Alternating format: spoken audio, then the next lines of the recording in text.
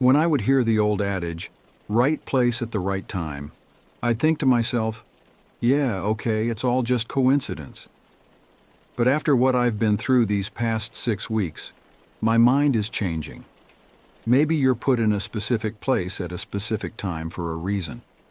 As most of you know, the PNW, Pacific Northwest for those unfamiliar, was recently ravaged by an ungodly amount of wildfires. Seeing the little fire emojis dotted all over maps of California, Oregon, and Washington made my heart ache. My home was burning. Fortunately for myself and my family, our area hadn't been hit as hard as many others. I'd planned a camping trip a few weeks prior to this pandemic of wildfires, so I was happy to see that my usual spot wasn't near any major fires and had subsequently been deemed safe to travel to and camp in. I'm a camping enthusiast, and I enjoy deep wilderness camping. My usual spot is fairly remote. It requires a 2-hour drive up a 2-lane road into the middle of nowhere, followed by a 30-minute drive up an old logging road that ultimately crests a small mountain. The mountain slope leads into a beautiful valley, with much larger mountains encircling it from the north and east. In the center was a decently sized clearing littered with fallen logs, beautiful pink and yellow yarrow flowers, and the occasional family of white-tailed deer. This was my true happy place. This valley has a name, but I'll keep it hidden for anonymity purposes. I left on a Tuesday morning in early September. The drive to the mountain was relatively uneventful, besides almost hitting a large buck who decided to cross the road right in front of my truck. I arrived at the mountain crest on schedule and began unpacking the bed of my truck, a new 2020 Toyota Tacoma I had recently bought. I parked it facing the clearing, roughly 5 feet from the edge of a small drop-off. The slope down to the valley wasn't steep, about 400 to 450 feet from where I parked to the start of the valley floor, and fairly easy to hike down. I had my camp set up just as dusk was setting. I'd usually have a large fire going, but with the previously mentioned wildfires, that wasn't possible. I brought a small propane stove and space heater to prevent any accidents. As I finished gulping down my last bite of dinner, I noticed it was quickly growing dark. I hopped off my tailgate and made my way to my driver's side door. As I was digging in my pockets for my keys, I looked down into the valley and noticed something strange. I could make out 2 small circular lights in the far distance, flickering as they quickly moved closer to the clearing. It looked as if they were hovering and navigating through the trees at a steady pace. I crouched in front of my truck and looked on in curiosity. I watched for a few minutes until the lights eventually arrived at the tree line of the clearing. I could hear the humming of motorcycle engines echoing from the valley. That's when I realized what I was staring at. What on earth were these 2 people doing, riding dirt bikes out here? This was the first time I'd ever seen another person in this remote spot. The lights were stationary at this point. I assumed the 2 riders were off their bikes and walking around the clearing, although this is only speculation as I couldn't see anything aside from the 2 bike headlights. I knew they couldn't see me, as I had no visible lights on or campfire burning. Instantly, I thought to grab my phone out of my glove box. Local news stations had warned the public of suspicious people intentionally starting fires in the woods, encouraging citizens to be vigilant and gather any evidence they could. In an absolute lapse in judgment, I pressed the unlock button on my keys. My truck lights flashed and a loud beeping sound rang out. I had just given a beacon to my location to these midnight riders. In a rush of adrenaline, I threw myself on the ground, stomach first. My mind was screaming, "Good going, Einstein!" I could barely think as my heart pounded in my ears. I watched as the bike lights began to turn back into the direction they came from, eventually disappearing into the dark. I could hear the engines revving harder than they had before. That unsettled me a bit. As I stood up and brushed myself off, I began thinking about how odd it was. Usually, people with good intentions do not run off like that when they notice other campers. These people were obviously up to no good down there. Maybe they were drug traffickers, meth cookers, or arsonists. My mind was filled with all the potential threats I might have alerted to my location. I sat in my truck mulling over my options. Should I drive home? What if they're waiting for me at the end of the logging road? Or was I just overreacting? I decided to pack up camp and spend the night in my truck, driving home first thing in the morning. After packing everything up, I drove down the logging road a little ways and backed into a small gap in the mountain face. That way, if the midnight riders decided to pay me a visit, they might just miss me. I was in full paranoia mode. I lowered my seat back, racked around into my handgun, and eventually dozed off as the adrenaline turned into exhaustion. I awoke to my alarm with My Life for Hire by ADTR blaring from my phone. In a groggy daze, I sat up and rubbed my eyes. My phone said 6:32 a.m. Looking out my windshield, I could see thick brown smoke swirling in the wind. As I stepped out of my truck, I was hit with the intense smell of burning wood. As you've probably guessed by now, there was a fire very close by. I jumped back into my truck and raced back up the mountain. From my camping spot, I'd be able to get a better understanding of the situation. As I drove way too fast up this narrow logging road, I noticed the smoke was thinning out as my elevation grew. My heart sank at the realization. When I reached the crest, I jumped into the truck bed and looked out over the valley. I could see blue skies above the mountains across from me to the north and east. My heart sank further as it confirmed my suspicion. I turned towards the logging road to my right and could see the smoke thicken from that direction. I was trapped. My mind instantly went to the two riders from the previous night. I grabbed my phone, praying for a signal. Of course, no such luck. I jumped off my truck bed and threw my passenger door open, frantically searching for my backpack. Once I found it, I ripped it apart, looking for my GPS satellite phone.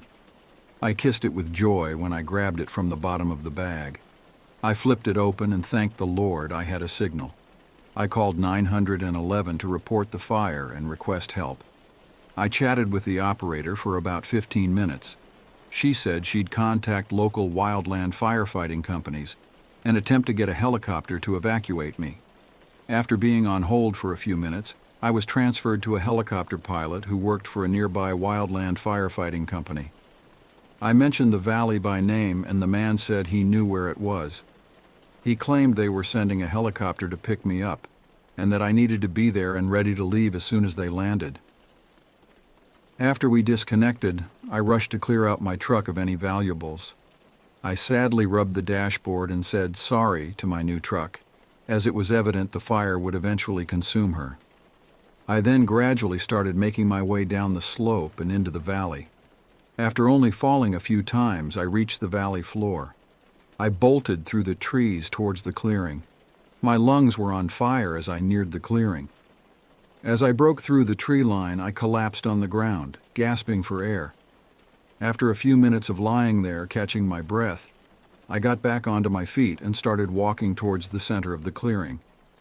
When I made it to what I assumed was the center, I glanced up at the peak of the small mountain. I could see my bright red truck sitting where I left it. Roughly 200 feet to the left of it was a wall of fire, black smoke rising from it as it raced up the mountain.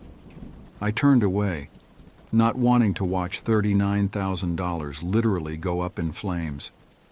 I began scanning the skies, searching for my rescue. I concentrated on listening for the chopping sound of a helicopter's rotors. As I stood there listening, I heard something else that made me question my sanity. Just to my left, I could hear someone crying out. A shock wave ran through me. I stood there, unable to believe my ears. I unholstered my handgun and called back, "Hello? Is someone there?" I then began to hear muffled screaming. I ran toward the screaming, trying to hold back tears. I noticed a piece of plywood, roughly 4 by 8 feet, covered in branches and dirt. It lay on the ground with a large boulder set on top of it. I called again, "Hello?" I heard the muffled scream again. This time it was much louder and unmistakable. Is there really someone under that plywood? I thought to myself. I rushed over to attempt to move the boulder. After struggling a few times, I managed to push the boulder off the plywood. Slowly, I lifted up the plywood and threw it to the side. What I saw is something I'll never forget. Sitting inside the small hole, which was no bigger than 4 by 4 feet, was a woman. Her wrists were zip-tied and her mouth was gagged with a piece of cloth. I gasped and took a step back. I couldn't believe it. What in the world was going on? The woman was frantically looking around. I snapped out of my shock and rushed to help her. She flinched as I reached out to grab her. I lifted her out of the hole and removed the cloth from her mouth. She began to yell in Spanish and raised her arms. I told her, "Calm down, you're safe now," as I cut the zip ties that were binding her wrists. She instantly started pointing behind me and repeating, "Mi hija." I didn't understand her, as unfortunately I didn't know Spanish. I turned around quickly to where she was pointing and noticed 4 more pieces of plywood scattered across the clearing. I was horrified. I rushed over and began to flip them over one by one, but each one revealed an empty hole. The woman followed me as I did this, letting out a pained cry as I flipped the last piece of plywood, exposing a 4th and final empty hole. She collapsed on the ground and began to sob. I tried to ask what was wrong, but I couldn't understand her. As I tried to console her, I heard the distinct sound of helicopter rotors. I looked up to see the chopper descending into the valley. I helped the woman up, put her arm over my shoulder, and we rushed to the awaiting chopper. A man jumped out from the side doors. When we made it to him, he helped the woman in, then stopped and yelled, "You didn't tell us there'd be 2 of you." I yelled back, trying to be heard over the loud rotors. "I just found her. I have no idea what's happening." He then replied, "You found her? What are you—" "Never mind, we don't have time. Get in." He helped me into the helicopter and shut the doors. Soon after, we started to ascend. I looked down over the valley to see the fire had engulfed the peak and was halfway down the slope towards the valley. I sat back in relief. I was finally safe, but I had so many questions. The state police and EMTs met us when we landed back at base camp. I explained the entire situation, and they took the woman and me back to the station. Eventually, I was released after telling my story to 6 different officers. My wife picked me up and I was able to return home. That wasn't the end, unfortunately. Over these last 6 weeks, I was interviewed by local authorities, state authorities, U.S. Marshals, ICE, even a pair of FBI agents. My final interview was with the 2 FBI agents. They were the only ones who gave me any real information on the situation. After retelling my story, just as I did here, they filled in some holes for me. They explained that I likely stumbled upon a human trafficking operation. When I unlocked my truck, it spooked the traffickers. The agent said I was lucky I hid in that gap when I did, as they more than likely went up the logging road to handle me. When they couldn't locate me, they probably assumed I'd left to get the police. So they packed up any valuable assets, including the woman's younger daughter, and started the fire to destroy any evidence before I could alert the authorities. I asked about the girl I found. The older agent informed me that she and her daughter had been kidnapped from Nicaragua. The woman claimed they were set to be sold to someone in Russia, but now she was being held in government custody until she could be returned home.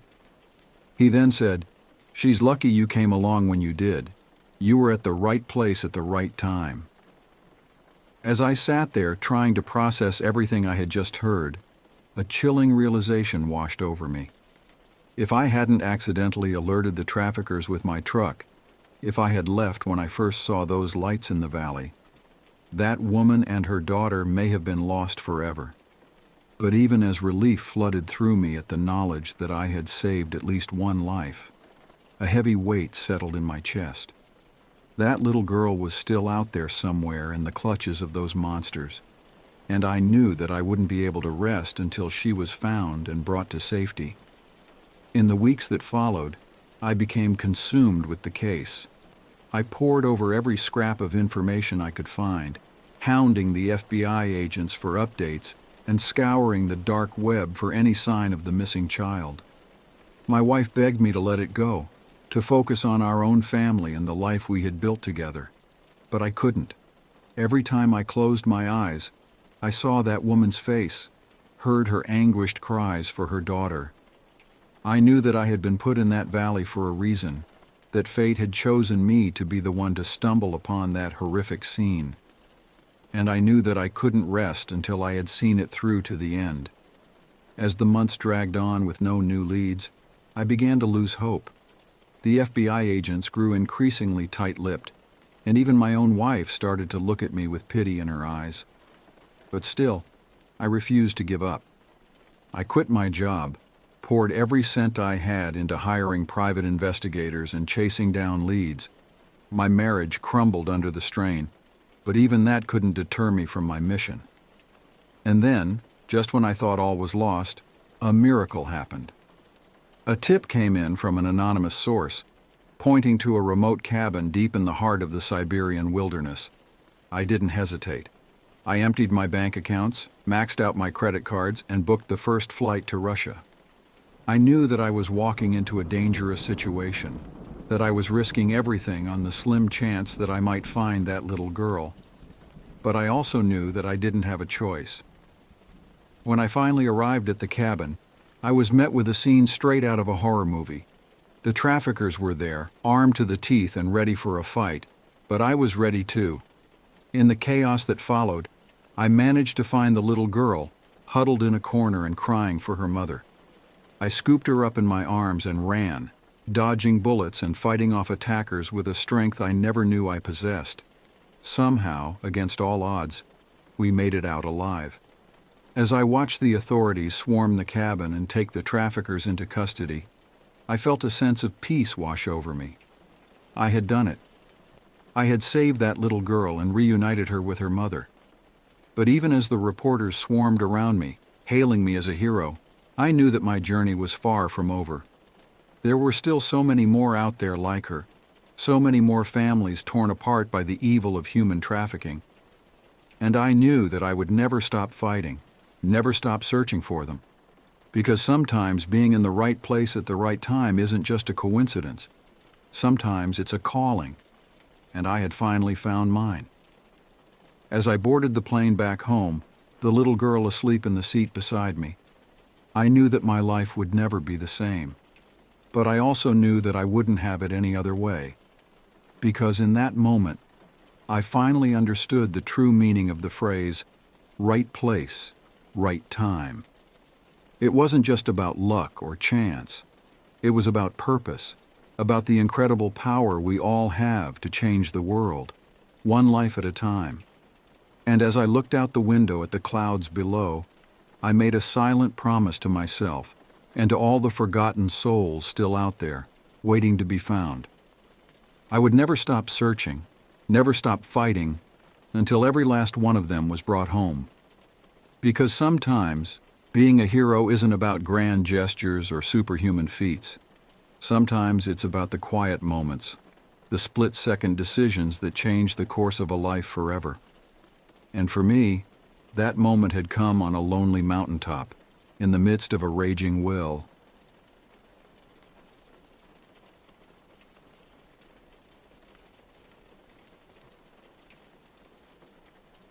It was supposed to be just another weekend getaway. As a freelance writer constantly juggling deadlines and battling writer's block, I'd been looking forward to this trip for weeks. The plan was simple. Me, my loyal golden retriever Cooper, and our trusty RV, heading out to Lake Laconic for a couple of days of peace and quiet. The drive to Lake Laconic was uneventful. We left the city behind, the concrete jungle gradually giving way to rolling hills and dense forests. Cooper sat in the passenger seat, his head out the window, tongue lolling in the wind. His excitement was contagious, and I found myself grinning as we wound our way along the narrow country roads. As we approached the lake, the sun was already dipping low on the horizon, painting the sky in brilliant hues of orange and pink. The lake itself was a mirror, reflecting the sky's vibrant colors and the silhouettes of the surrounding pines. It was breathtaking, and for a moment, I forgot all about my writing woes and looming deadlines. I found a secluded spot to park the RV, about 50 yards from the shoreline. It was perfect, close enough to the water for easy access, but far enough back to give us some privacy. As I set up our campsite, I noticed an old pickup truck parked about 100 yards away, partially hidden by a cluster of trees. The truck looked like it had seen better days. Its once blue paint was now a patchwork of rust and faded color, and the tires seemed to be slowly sinking into the soft earth. It struck me as odd, but I shrugged it off. Probably belonged to some old-timer who used the lake as his private fishing spot. With the RV parked and leveled, I set up my folding chair by the water's edge. Cooper sprawled out beside me, his tail thumping contentedly against the ground. I cracked open a cold beer from the cooler and took a long, satisfying swig. The stress of the city seemed to melt away with each passing moment. As darkness fell, I lit a small campfire and roasted some hot dogs for dinner. Cooper got his share too, of course. The night was quiet, almost unnaturally so. No crickets chirping, no frogs croaking, just the occasional pop and crackle from the fire. It should have been peaceful, but something about the silence made the hair on the back of my neck stand up. After dinner, I decided to take a walk around the area, partly to work off the hot dogs and partly to shake off the unease that had settled over me. I grabbed my flashlight and set off along the lakeshore, with Cooper trotting along beside me. The moon was nearly full, casting an eerie glow over the landscape. Long shadows stretched across the ground, and the trees on the far side of the lake looked like dark sentinels standing guard. As we walked, I noticed something strange. Fresh footprints in the mud near the water's edge. Curiosity got the better of me, and I followed the trail. It led away from the lake and towards the old pickup truck I'd noticed earlier. As we got closer, I saw a faint light coming from inside the truck's cab. My heart began to race. Someone was in there. I crept closer, trying to stay quiet. Cooper, sensing my tension, remained silent at my side. When I reached the truck, I peered through the cracked rear window. What I saw made my blood run cold. A man was hunched over in the back seat, surrounded by piles of ratty clothes and empty food cans. He was muttering to himself, his hands moving frantically as if searching for something. In the dim light of a battery-powered lantern, I could see that his clothes were torn and filthy, his hair a matted mess. I backed away slowly, not wanting to alert him to my presence. But as I turned to leave, I heard his mutterings more clearly. The words were still indistinct, but the tone sent shivers down my spine. It was a mix of fear and anger, punctuated by what sounded like quiet sobs. Cooper and I hurried back to the RV. Once inside, I locked the door and pulled down all the shades. My mind was racing. Who was that man? Why was he living in that old truck? Was he dangerous?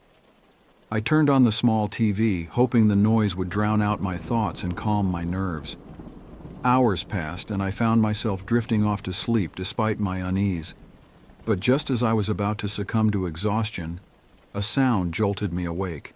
A soft, hesitant knock on the RV door. My heart leaped into my throat. Cooper was instantly alert, his ears perked and a low growl rumbling in his chest. I grabbed the heavy-duty flashlight I kept by the bed. It could serve as a weapon if needed, and approached the door cautiously. "Who's there?" I called out, trying to keep my voice steady. No response came, just another knock, more insistent this time. "I said, who's there?" I repeated, louder now. Finally, a voice answered, weak, raspy, barely above a whisper. "Please, help me." I hesitated, my hand on the door handle. Everything in me screamed that this was a bad idea, that I should call the police or simply drive away. But something in that voice, the raw desperation, made me pause. Slowly, I cracked open the door, keeping the chain lock engaged. The man from the truck stood there, looking even more haggard up close. His eyes were wild, darting back and forth as if expecting something to leap out of the shadows at any moment. "What do you want?" I asked, still not opening the door fully. "Please," he repeated, his voice shaking. "Someone's after me. He's going to kill me. I need help." I weighed my options quickly. We were miles from the nearest town, and cell reception out here was spotty at best. Even if I called the police, it could be hours before they arrived.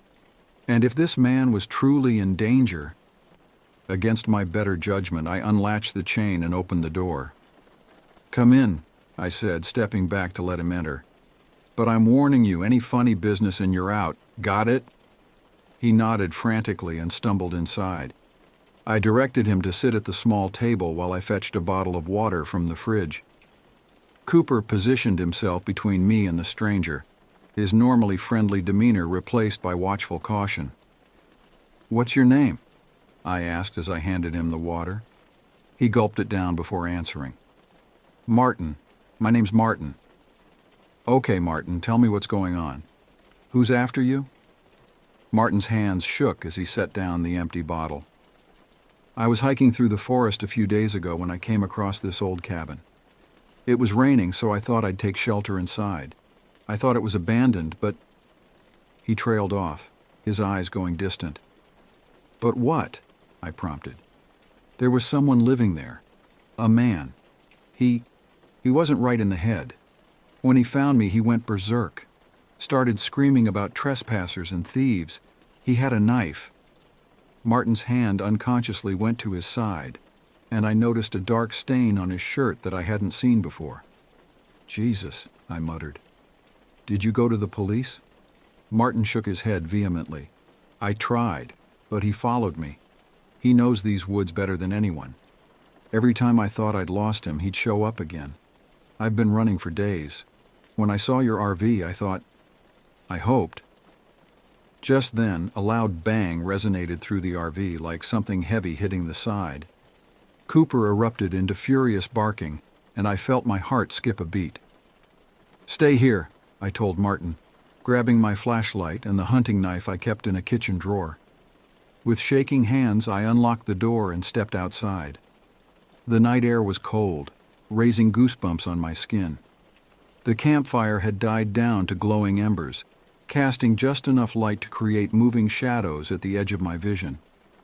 I swept the flashlight beam across the clearing, seeing nothing out of place.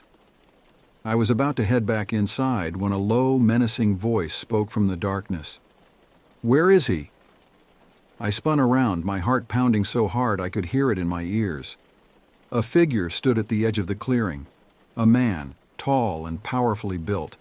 His face was hidden in the shadow of a hood, but I could see the glint of moonlight on the blade of a knife in his hand. "Get out of here," I shouted, trying to sound braver than I felt. "Leave us alone." The man took a step forward. "Give me the little rat and I'll go. Otherwise..." He left the threat hanging in the air. I knew in that moment that there was no reasoning with this man. Whatever had happened between him and Martin, it had pushed him beyond the limits of sanity. I had to protect myself and the terrified man in my RV. I backed towards the door, keeping the flashlight trained on the intruder. Just as my hand found the handle, the man lunged forward with surprising speed. His knife slashed through the air where I had been standing a second before. Instinct took over. I swung the heavy flashlight with all my might, connecting with the side of his head. He staggered back, momentarily stunned. I used that precious moment to dive into the RV, slamming and locking the door behind me. "We need to get out of here now," I yelled to Martin, who was cowering in the corner. I jumped into the driver's seat and turned the key. The engine roared to life just as the man outside began pounding on the door, trying to force his way in. I threw the RV into drive and stomped on the gas. We lurched forward, tires spinning in the soft earth before finding purchase. The attackers' enraged shouts faded as we sped away from the campsite, deeper into the forest on the narrow access road. For what felt like hours, we drove through the night. Every shadow seemed to hide a threat, every bend in the road a potential ambush. Martin sat silently in the passenger seat, jumping at every noise. Cooper paced restlessly in the back, still on high alert. Finally, we emerged from the forest and found ourselves on a main road. I didn't slow down until I saw the lights of a small town in the distance. I pulled into the parking lot of a 24-hour diner, the bright fluorescent lights a stark contrast to the darkness we'd just escaped. "Wait here," I told Martin. I went inside, explained the situation to the startled waitress, and used the phone to call 911. Within minutes, 2 police cruisers pulled into the parking lot, lights flashing. I recounted the whole story to the officers, the footprints by the lake, the man in the truck, the attack at the RV. They took Martin into custody, assuring me they would get him the medical and psychological help he clearly needed. As I watched them drive away, I felt a mixture of relief and lingering fear. The ordeal was over, but I couldn't shake the feeling that it wasn't truly finished. The attacker's face, hidden by that hood, haunted my thoughts. He was still out there somewhere in those dark woods, waiting. I spent the rest of the night in the RV, parked under the bright lights of the diner. Sleep was impossible. Every sound made me jump, every shadow seemed to move. Cooper stayed by my side, a constant, comforting presence. As the first light of dawn broke through the darkness, I made a decision. I couldn't go back to my normal life, not yet. The shadow of that night loomed too large. I needed time to process, to heal. I packed up the RV, made sure we had enough supplies, and set off down the highway.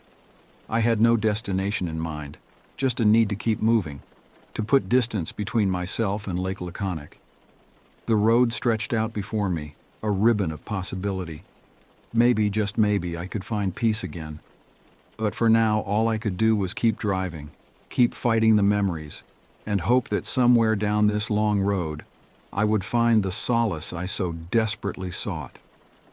As the sun rose higher in the sky, painting the world in warm, comforting colors, I allowed myself a small smile.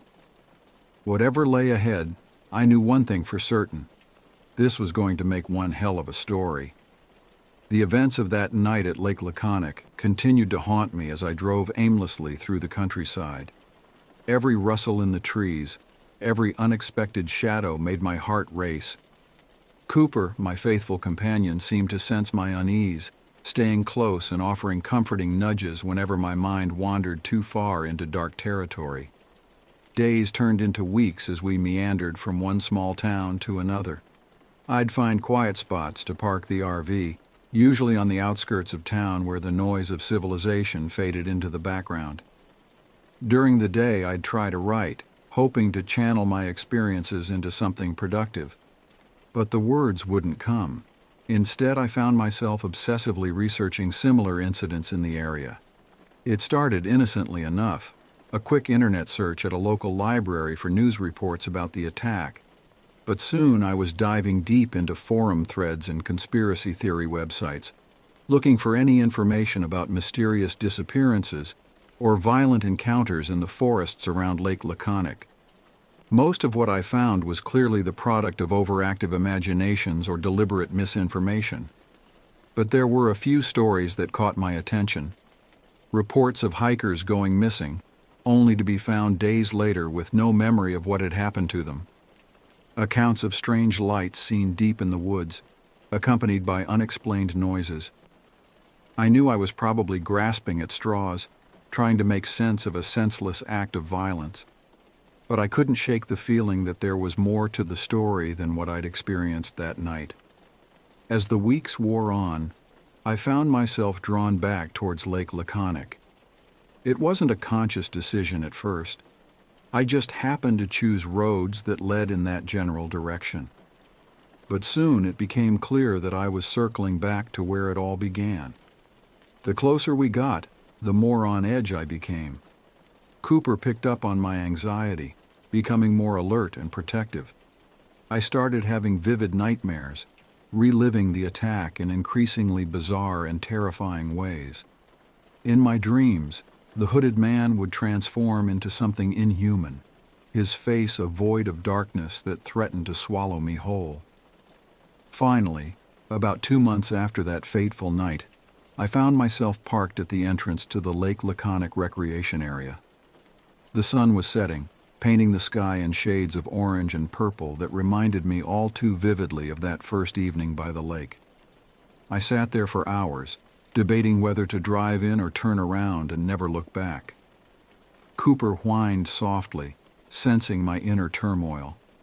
As the last light faded from the sky, I made my decision. I had to go back. I had to face whatever was waiting for me there. With trembling hands, I started the RV and drove slowly down the familiar road. The trees seemed to close in around us, their branches reaching out like grasping fingers. Every shadow held the potential for danger, every rustle in the underbrush a possible threat. When we reached the spot where I'd camped before, I was surprised to find it looked completely ordinary. No police tape, no signs of the struggle that had taken place. Nature had reclaimed any evidence of that night's events. I parked the RV and stepped out, my flashlight beam cutting through the darkness. Cooper stayed close to my side, his hackles raised slightly. The night was quiet, but not with the unnatural silence of before. I could hear the soft lapping of waves on the shore, the rustle of leaves in the breeze. Slowly, cautiously, I made my way towards the spot where I'd first seen the old truck. It was gone now, of course, but as I swept my flashlight beam across the area, something caught my eye. A glint of metal in the undergrowth. My heart pounding, I approached. There, half buried in the leaves, was a small object. I reached down and picked it up, brushing away the dirt. It was a locket, old and tarnished. With shaking hands, I managed to pry it open. Inside was a faded photograph of a young woman, her eyes sad but kind. On the other side, an inscription, "To Martin all my love." The realization hit me like a physical blow. Martin, the man from the truck. This must have belonged to him. But how had it ended up here? Had he dropped it during his flight from the cabin? Or had someone else left it here deliberately? As I stood there, turning the locket over in my hands, I heard a twig snap behind me. I whirled around, my flashlight beam cutting through the darkness. For a split second, I thought I saw a figure standing at the edge of the trees, tall, hooded, menacing. But when I blinked, it was gone. My heart racing, I hurried back to the RV, Cooper at my heels. As I locked the door behind us, I knew that my ordeal was far from over. The locket in my hand was proof that there was more to this story than I'd originally thought. I spent that night in the RV, unable to sleep, my mind racing with questions. Who was the woman in the locket? What was her connection to Martin? And most importantly, was the hooded figure I thought I'd seen real, or just a product of my overwrought imagination? As dawn broke, I made a decision. I couldn't just leave this mystery unsolved. I owed it to Martin, to myself, and to that unknown woman in the locket to find out the truth. I started my investigation at the local police station. The officers were surprisingly helpful, though they couldn't give me much information about the case. They confirmed that Martin had been released after a psychological evaluation, but they had no current address for him. The attacker had never been found. Over the next few weeks, I delved deeper into the history of the area. I spent hours in the local library, poring over old newspapers and town records. I talked to locals, trying to gather any information about strange occurrences or unexplained events in the woods around Lake Laconic. Slowly, a pattern began to emerge. Over the past few decades, there had been a series of disappearances and strange encounters in the area. Most had been dismissed as accidents or the overactive imaginations of hikers and campers. But when I plotted them on a map, I noticed something odd. They all seemed to center around a particular area of the forest, about 10 miles from where I'd camped. Armed with this information, I decided to take a risk. I was going to hike out to that area and see what I could find. I knew it was dangerous, possibly even foolish, but I couldn't shake the feeling that the answers I sought were out there, waiting to be discovered. I prepared carefully, packing supplies for a 3-day trek. I left Cooper with a friendly couple I'd met in town who ran a dog-sitting service. As much as I valued his companionship, I didn't want to put him in danger. The hike was grueling. The terrain was rough, and the forest seemed to grow denser and more forbidding with each passing mile. By the second day, I was beginning to regret my decision. But just as I was considering turning back, I stumbled upon something that made my blood run cold. Hidden in a small clearing was a cabin. Old and weathered, it looked like it had been abandoned for years. But as I approached, I noticed fresh footprints in the soft earth around it. Someone had been here recently. With my heart pounding, I cautiously approached the cabin. The door was slightly ajar. I called out, but there was no response. Steeling myself, I pushed the door open and stepped inside. The interior was dark and musty. Dust covered every surface, except for a small table in the center of the room. On it lay a familiar object, Martin's locket. I rushed forward, snatching up the locket. How had it gotten here? I was sure I'd left it in the RV. As I turned it over in my hands, I noticed something I'd missed before. There was a small catch on the side. When I pressed it, a hidden compartment sprang open. Inside was a folded piece of paper. With trembling hands, I unfolded it and began to read. It was a letter, written in a shaky hand. To whoever finds this, my name is Martin, and I'm sorry for the trouble I've caused. The truth is, I've been running for a long time, not from a man, but from something much worse. Something that lives in these woods. I thought I was crazy at first, but I've seen it. A creature that's not quite human, that can take on the appearance of anyone it wants. It's been hunting me for years, ever since I first stumbled upon its lair deep in the forest. I don't know why it chose me, or why it hasn't killed me yet. Maybe it enjoys the chase. All I know is that I can't run anymore. By the time you read this, I'll be gone. I'm going to confront it, to end this one way or another. If you're reading this, please, don't make the same mistakes I did. Leave these woods and never come back. Some secrets are better left uncovered. Martin. As I finished reading, a chill ran down my spine. The letter confirmed my worst fears, but it also raised countless new questions. What was this creature Martin spoke of? Was it real or the product of a troubled mind? Before I could ponder these questions further, I heard a noise outside. Footsteps, heavy and deliberate, approaching the cabin. My heart raced as I realized I was trapped. There was nowhere to run, nowhere to hide. The door creaked open slowly and a tall figure filled the doorway. As it stepped into the dim light of the cabin, I saw that it wore a familiar hood.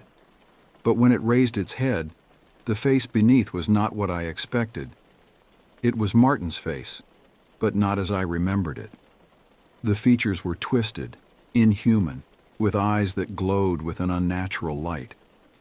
When it spoke, the voice was a horrifying mixture of Martin's and something altogether alien. You should have heeded the warning, it said, its mouth stretching into an impossible grin. Some secrets are indeed better left uncovered. As the creature advanced, I realized with terrifying clarity that my journey had only just begun. The mystery of Lake Laconic was far deeper and more dangerous than I could have ever imagined. And now, face to face with the impossible, I wondered if I would live to tell the tale. My mind raced, searching for a way out of this nightmare. The creature that wore Martin's face advanced slowly, savoring my fear. I backed away, my eyes darting around the cabin, looking for anything I could use as a weapon. "What are you?" I managed to choke out, my voice barely above a whisper. The thing chuckled, a sound that sent shivers down my spine. "I am what lurks in the shadows of your nightmares. I am the whisper in the dark that makes you question your sanity. I am ancient and I am hungry." As it spoke, its form seemed to shimmer and shift, like a mirage in the desert. One moment it wore Martin's face, the next it was the hooded attacker from that night by the lake. Then it was the woman from the locket, her sad eyes now filled with malevolent glee. I stumbled backwards, my back hitting the wall of the cabin. There was nowhere left to run. The creature's hand reached out, its fingers elongating into razor-sharp claws. Just as I thought it was over, a beam of bright light burst through the cabin's dirty window, momentarily blinding both me and the creature. It let out an inhuman screech, recoiling from the light. Without thinking, I seized the moment. I lunged forward, ducking under the creature's flailing arms, and bolted for the door. As I ran out into the forest, I could hear its enraged howls behind me. I ran blindly through the trees, branches whipping at my face, roots threatening to trip me with every step. The sound of pursuit was close behind, the creature crashing through the underbrush with inhuman speed. Just when I thought my lungs would burst, I broke through the tree line and found myself on the shore of Lake Laconic. The full moon hung low in the sky, casting a silvery path across the water. I turned to face my pursuer, ready to make my last stand. But to my surprise, the creature had stopped at the edge of the forest.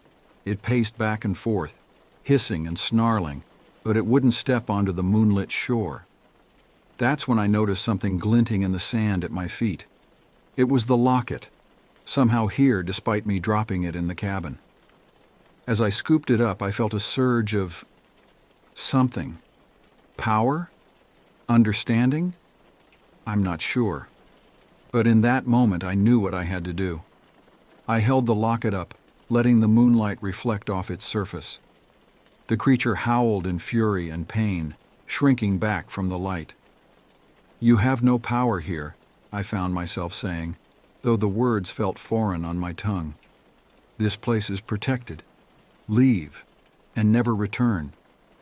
For a moment, nothing happened. Then, with a final, blood-curdling shriek, the creature turned and fled into the depths of the forest. The oppressive atmosphere that had hung over the lake lifted, and I could hear the normal sounds of the night returning, crickets chirping, frogs croaking. I collapsed onto the sand, exhaustion and relief washing over me in equal measure. As the adrenaline faded, questions began to flood my mind. What had just happened? What was that creature? And how had I known what to do? I looked down at the locket in my hand. Somehow I knew that the answers lay within its history, within the story of the woman whose photo it contained. My journey wasn't over. It had only just begun. As the sun began to rise over Lake Laconic, I made a vow. I would uncover the truth behind this mystery, no matter where it led me. I would find out who the woman in the locket was, what her connection to Martin had been, and how they were tied to the ancient evil that lurked in these woods. I stood up, brushing the sand from my clothes. My old life as a freelance writer seemed a distant memory now. I had a new purpose, a new story to tell, and this time, the stakes were higher than I could have ever imagined. With one last look at the peaceful lake, now bathed in the soft light of dawn, I turned and began the long walk back to civilization. I had research to do, people to find, and a mystery to solve. The shadow by the lake had revealed itself, and I was determined to bring it into the light.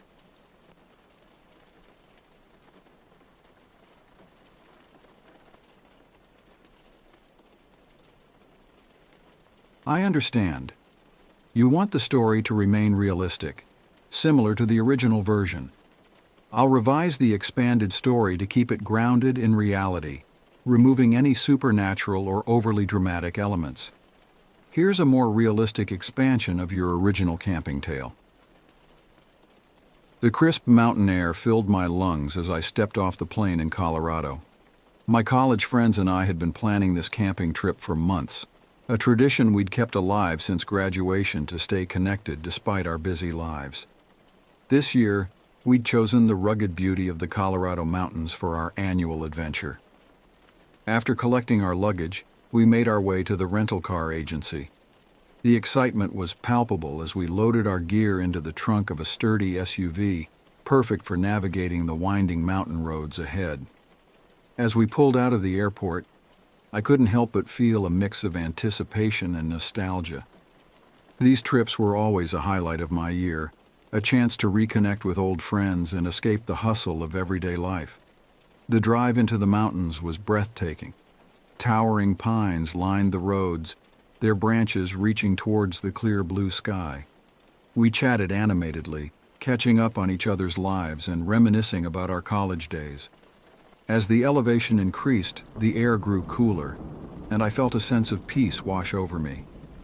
Our first night of camping was uneventful, spent in a bustling campground near a popular hiking trail. We shared stories around the campfire, roasted marshmallows, and gazed at the stars, marveling at how much brighter they seemed away from the city lights. The next day, we decided to venture deeper into the wilderness, seeking a more secluded spot for our second night.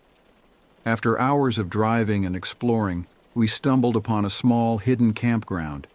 It was perfect, individual lots spaced far apart, surrounded by dense forest, with a babbling creek nearby. We chose a spot close to the water, thinking it would be convenient for washing up after our hikes. As we set up camp, I couldn't shake the feeling that we were being watched. I dismissed it as paranoia, chalking it up to being in an unfamiliar environment.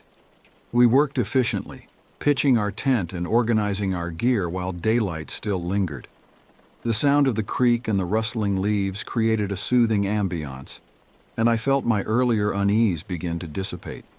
With our campsite established, we decided to treat ourselves to dinner in the nearest town. The small mountain community was charming, with log cabins and local businesses lining the main street. We found a cozy restaurant and enjoyed hearty meals, swapping stories and laughing until our sides hurt. The sun had long since set by the time we returned to our campsite. As we approached, something felt off. The beams from our flashlights revealed our tent flap was open, swaying gently in the night breeze. A chill ran down my spine as we cautiously approached. It was clear someone or something had been through our belongings. Backpacks were unzipped, sleeping bags unfurled, and our food supplies scattered. We searched the surrounding area but found no sign of the intruder. Despite the unsettling discovery, we decided to stay put for the night. After all, we reasoned, it was probably just some curious wildlife. To shake off the eerie feeling, we grabbed our toiletries and headed to the creek to freshen up before bed. The water was ice cold, shocking our systems as we quickly washed. As I was drying off, movement on the opposite bank caught my eye. Squinting into the darkness, I could make out a human-like figure standing motionless among the trees. My heart began to race. Not wanting to alarm my friends or alert the watcher, I casually suggested we head back to camp. Once we were out of earshot, I shared what I'd seen. The mood shifted instantly from relaxed to tense as we hurried back to our site. Given the earlier intrusion and my sighting by the creek, we unanimously decided to sleep in the car that night. It was cramped and uncomfortable, but felt infinitely safer than the exposed tent. Sleep came fitfully as we took turns keeping watch, our eyes scanning the moonlit clearing for any sign of movement. In the dead of night, I jolted awake, my senses on high alert. Peering out the window, my blood ran cold. A dark figure was crouched by our tent, slowly unzipping the entrance. I watched, paralyzed with fear, as the intruder discovered the tent was empty. Then, to my horror, they turned towards our car.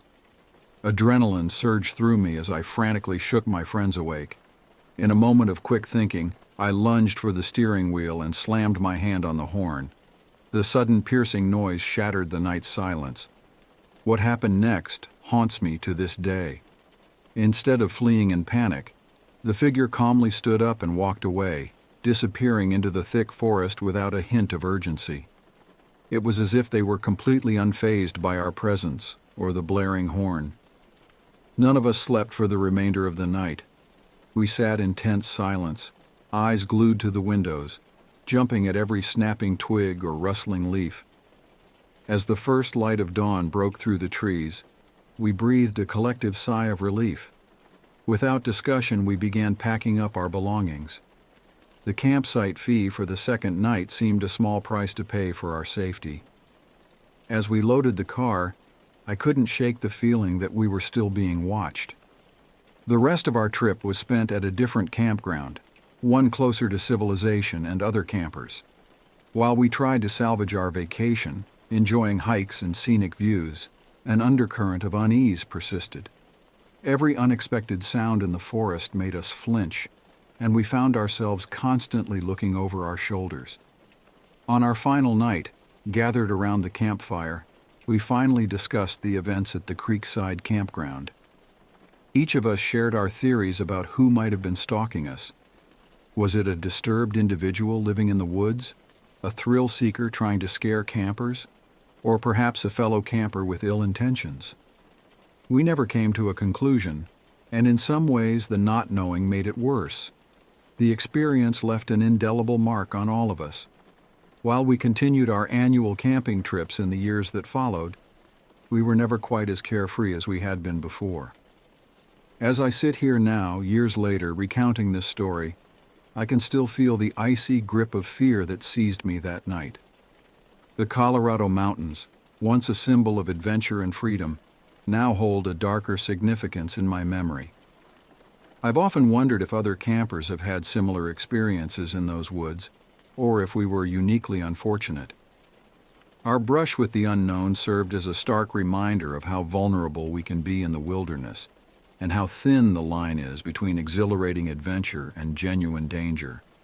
It taught us to trust our instincts, to be prepared for the unexpected, and to never take our safety for granted. While I still love the outdoors and continue to seek out new adventures, I approach them with a heightened awareness of my surroundings. That night in Colorado taught me that sometimes the greatest threats aren't from wildlife or the elements, but from the unpredictable nature of other humans. As I finish recounting this tale, I find myself glancing out the window, half expecting to see a shadowy figure lurking at the edge of the tree line. The rational part of my mind knows it's just my imagination, but a small part of me will always wonder, what if it wasn't?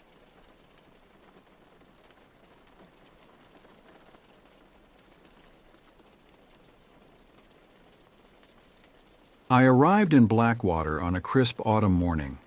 The town was exactly as I'd imagined it. Quaint houses with weathered shingles, narrow streets that wound their way down to the harbor, and a pervasive smell of salt and seaweed in the air. It was meant to be my escape, a place where I could leave behind the horrors I'd seen in my years as a detective. My first few days in town were uneventful. I settled into a small cottage on the outskirts of town, overlooking the cliffs. The locals were friendly enough, though I noticed a certain wariness in their eyes when they spoke to newcomers. At the time, I chalked it up to small-town suspicion of outsiders. It wasn't until my fourth night in Blackwater that I first noticed the fog. I was sitting on my porch nursing a glass of whiskey when I saw it rolling in from the sea. It was unlike any fog I'd ever seen before, thick and almost tangible, moving with an eerie purpose. As it enveloped the town, I felt a chill run down my spine that had nothing to do with the dropping temperature. The next morning the fog had dissipated, leaving behind a town that seemed unchanged. But there was a tension in the air, a hushed urgency in the way people spoke to each other. It wasn't until I overheard a conversation at the local diner that I learned the truth. Someone had disappeared during the night. Nora Kelly was her name, a young waitress barely out of high school. She'd been walking home after her late shift when the fog rolled in. No one had seen her since. The local police were treating it as a missing person case, but I could tell from the haunted looks on people's faces that this wasn't an isolated incident. I couldn't help myself. Years of detective work had ingrained in me a need to investigate, to uncover the truth. I started asking questions, gently at first, then more insistently as I realized how deep this mystery ran. The locals were reluctant to talk at first. They'd give me sidelong glances, change the subject, or suddenly remember urgent errands. But as the days passed and more people disappeared, Harold Willis, the old fisherman, and young Jamie Fisk, tongues began to loosen. It was old Mrs. Garvey who first told me about the drowning man. She was a fixture at the diner, always sitting in the same booth, nursing a cup of coffee that never seemed to empty. One morning after I'd been in town for about 2 weeks, she motioned for me to join her. "You've been asking questions," she said, her rheumy eyes fixed on mine, "about the fog and the missing folks." I nodded, waiting for her to continue. "It's the drowning man," she whispered, leaning in close. "He comes with the fog, takes the souls of the living to replace his own." I must have looked skeptical because she shook her head, a sad smile on her wrinkled face. "You don't believe me. Nobody ever does. Not until they see him for themselves." That night, I couldn't sleep. Mrs. Garvey's words kept echoing in my head. I told myself it was just a local legend, a story told to scare children and tourists. But deep down, I knew there was more to it. As the fog rolled in, thicker than ever, I found myself on my porch, staring out into the mist. That's when I saw it, a figure standing just at the edge of visibility. It was tall, inhumanly so, with limbs that seemed too long for its body. And its face, I'll never forget that face, a twisted mockery of human features, with hollow eyes that seemed to stare right through me. I called out, my voice shaking despite my best efforts to stay calm. The figure didn't respond. It just stood there, watching. I took a step forward, then another, my hand instinctively reaching for the gun I no longer carried. As I got closer, I could see more details. Its skin seemed to shimmer, as if it wasn't quite solid. Its mouth hung open in a silent scream, revealing row upon row of needle-sharp teeth. I wanted to run, to hide, but I couldn't move. It was as if the creature's gaze had frozen me in place. And then, just as suddenly as it had appeared, it was gone. The fog swallowed it up, leaving me alone on my porch, my heart pounding and my mind reeling. The next few days were a blur. I threw myself into the investigation, talking to anyone who would listen, piecing together the town's dark history. I learned that the disappearances had been happening for generations, always coinciding with the thickest fog. Some locals believed it was the ghost of a sailor who had drowned in the bay centuries ago, forever seeking revenge on the living. Others thought it was something older, something that had always been there, waiting in the depths of the ocean. As I dug deeper, I started to notice patterns. The disappearances seemed to happen in cycles, with periods of calm followed by a flurry of activity. And there were the lights, strange pulsing lights that people reported seeing in the fog just before someone vanished. I spent night after night on my porch, watching the fog, waiting for the creature to appear again. Sometimes I'd catch glimpses of it, always at the edge of my vision, always just out of reach. I started to doubt my own sanity. Was I really seeing these things, or was the fog playing tricks on my mind? Then came the night that changed everything. The fog rolled in earlier than usual, thick and oppressive. I was on my porch, as always, when I heard a scream. It was coming from the direction of my neighbor's house. Without thinking, I ran towards the sound. The fog was so thick I could barely see my hand in front of my face, but I kept going, guided by the echoes of that terrified cry. I found Jack Malone at the edge of his property, struggling against something I couldn't see. His eyes were wide with terror, his mouth open in a silent scream. And then, before I could reach him, he was gone, swallowed up by the fog as if he'd never existed. I stood there, panting, my mind struggling to process what I'd just seen. That's when I noticed the lights. They were faint at first, barely visible through the fog. But as I watched, they grew brighter, pulsing with an otherworldly rhythm. I knew I should run, should hide, but something compelled me to move towards the lights. As I got closer, the air grew colder, the fog thicker, and then I saw it. The creature, the drowning man, whatever it was. It was even more terrifying up close. Its body seemed to shift and change, never quite settling on a single form. Those hollow eyes fixed on me, and I felt a pull, as if it were trying to draw my very soul from my body. In that moment, I understood why people went missing. The creature's pull was almost irresistible. I wanted to give in, to let it take me. But some part of me, some stubborn, survival-driven part, refused to yield. I don't know where I found the strength, but I managed to take a step back. The creature's face twisted in what might have been surprise or anger. It reached for me with those long, bony fingers, but I was already moving. I ran faster than I ever had in my life. I could feel the creature behind me, could hear the strange gurgling sound of its breathing. But I didn't look back. I just ran. I don't know how long I ran, or how I found my way back to my cottage through the fog. But somehow, I made it. I slammed the door behind me, collapsing on the floor, my lungs burning and my heart pounding. The rest of the night was a blur. I huddled in my living room, every light in the house turned on, jumping at every sound. When dawn finally broke and the fog lifted, I half expected to find the town deserted, everyone taken by the creature in the night. But life in Blackwater went on as if nothing had happened.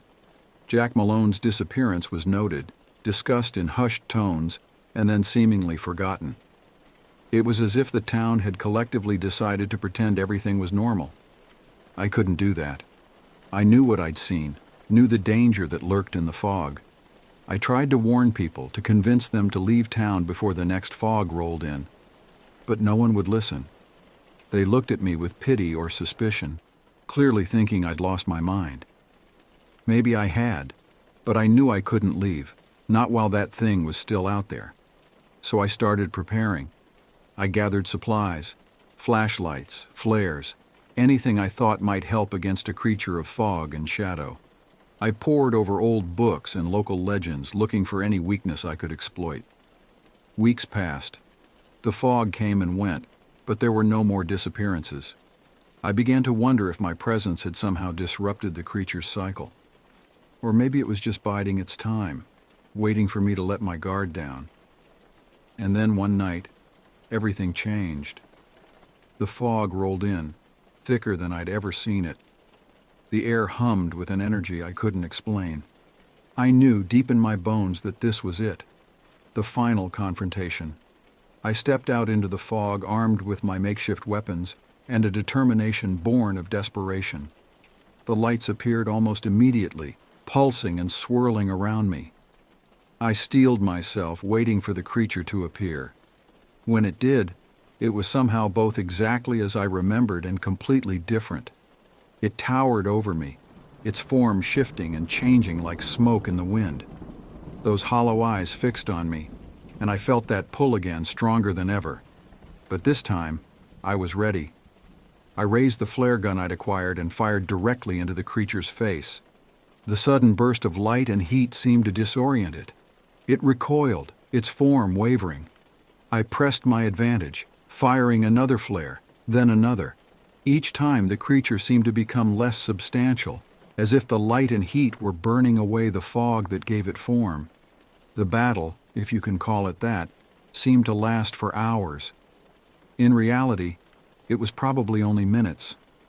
I used every weapon at my disposal, every trick I'd learned, and slowly, impossibly, the creature began to fade. As it weakened, I felt something change in the air. The fog began to thin, and I could hear voices, distant at first, then growing closer. It was as if the creature's hold on the town was breaking. With one final otherworldly shriek, the creature dissolved into mist. The fog lifted, revealing a town bathed in moonlight, and there, standing around me, were the missing people: Nora, Harold, Jamie, Jack, and others I didn't recognize. They looked confused, disoriented, as if waking from a long sleep. In the days that followed, Blackwater struggled to come to terms with what had happened. The official story was a mass hallucination brought on by some unidentified environmental factor. But I knew the truth, as did those who had been taken. I left Blackwater soon after. The town held too many memories, too many nightmares, but I couldn't shake the feeling that it wasn't over. The creature was gone, yes, but for how long? And were there others like it lurking in the fog of other coastal towns? I don't have those answers, but I know what I saw, what I experienced. And I know that the next time I see an unnaturally thick fog rolling in from the sea, I'll be ready.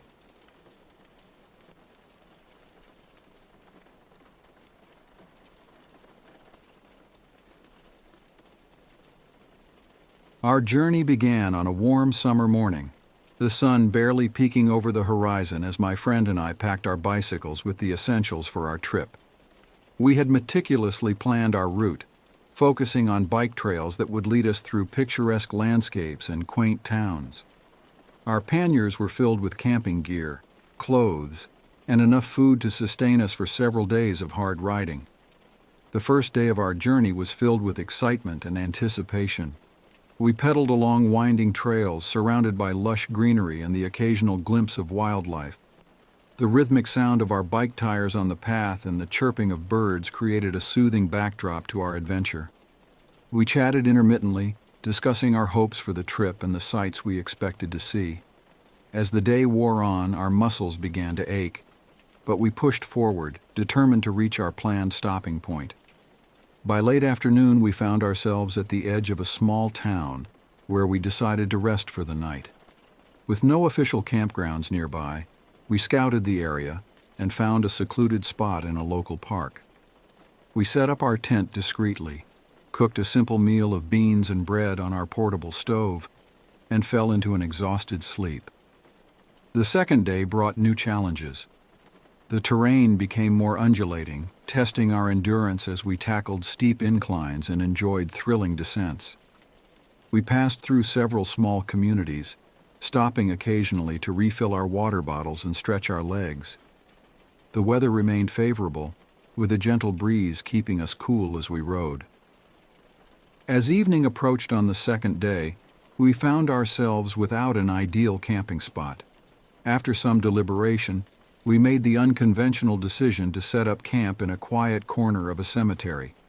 It wasn't our first choice, but it offered a flat, secluded area away from the main road. We treated the space with utmost respect, careful not to disturb any graves or memorial items. The third day of our journey was when we finally reached our destination. The small town welcomed us with its charming streets and friendly atmosphere. After days of physical exertion and basic meals, we were eager to indulge in some comfort and relaxation. We spent the afternoon by the town's lake, relishing the cool water against our sun-warmed skin. The swim was refreshing, washing away the dust and fatigue of our journey.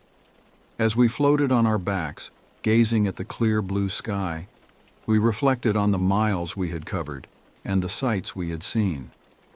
That evening, we treated ourselves to a hearty meal at a local restaurant. The taste of fresh, hot food was a welcome change from our camp cuisine. We savored every bite, recounting our adventures to each other and planning the return journey. As night fell, we faced the question of where to spend our final night before heading home. Given our previous experience, we decided to return to the cemetery we had passed on our way into town. It was quiet, away from the bustle of the main street, and offered a soft area of mulch that seemed perfect for our tent. We set up camp efficiently, our routine now well established after several nights on the road.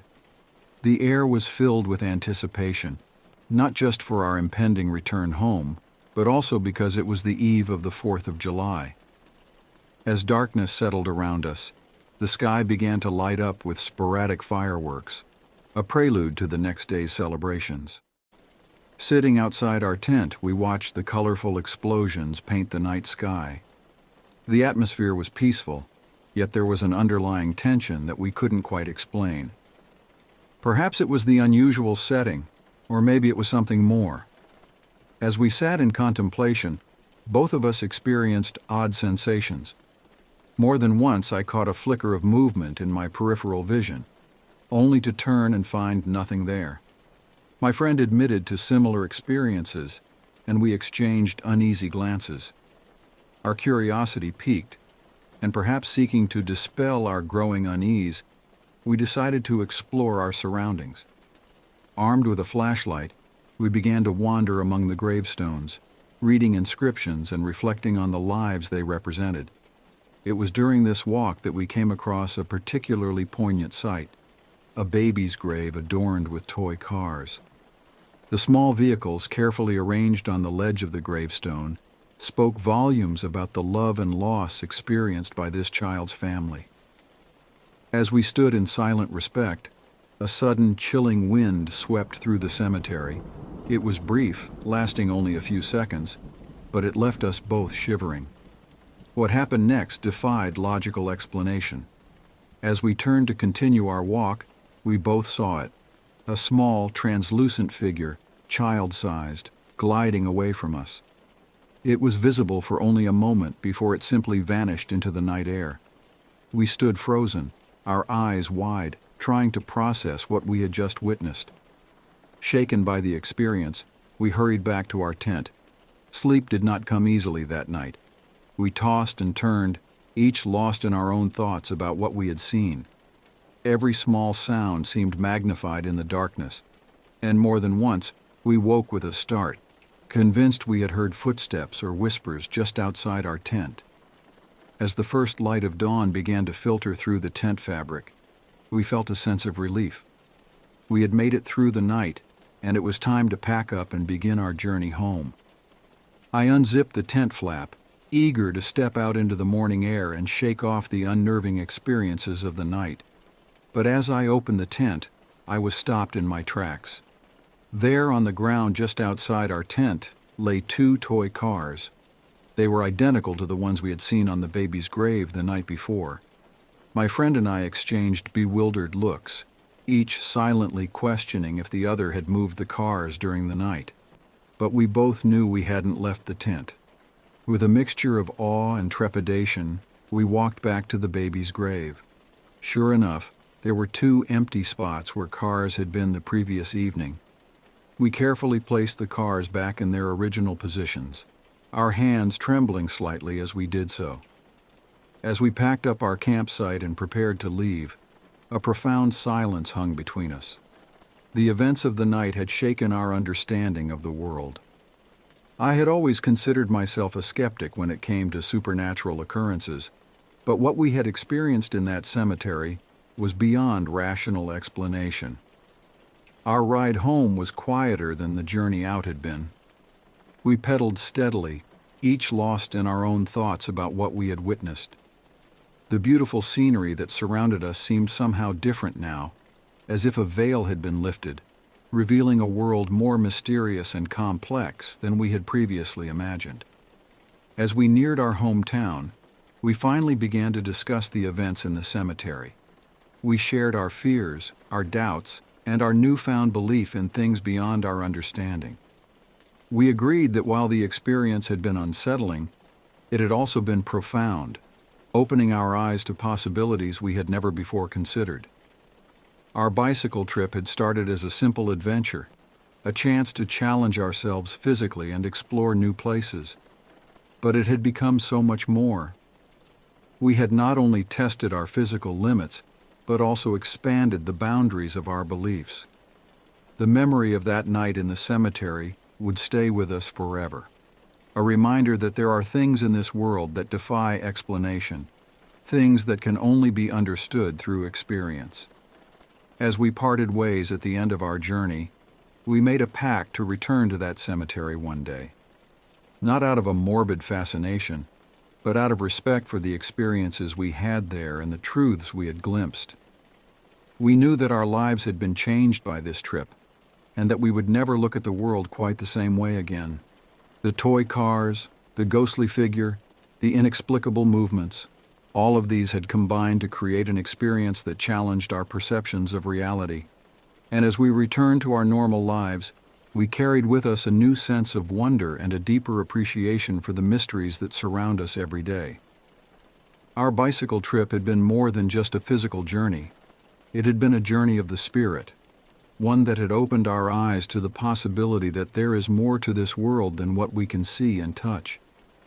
And for that, we were profoundly grateful.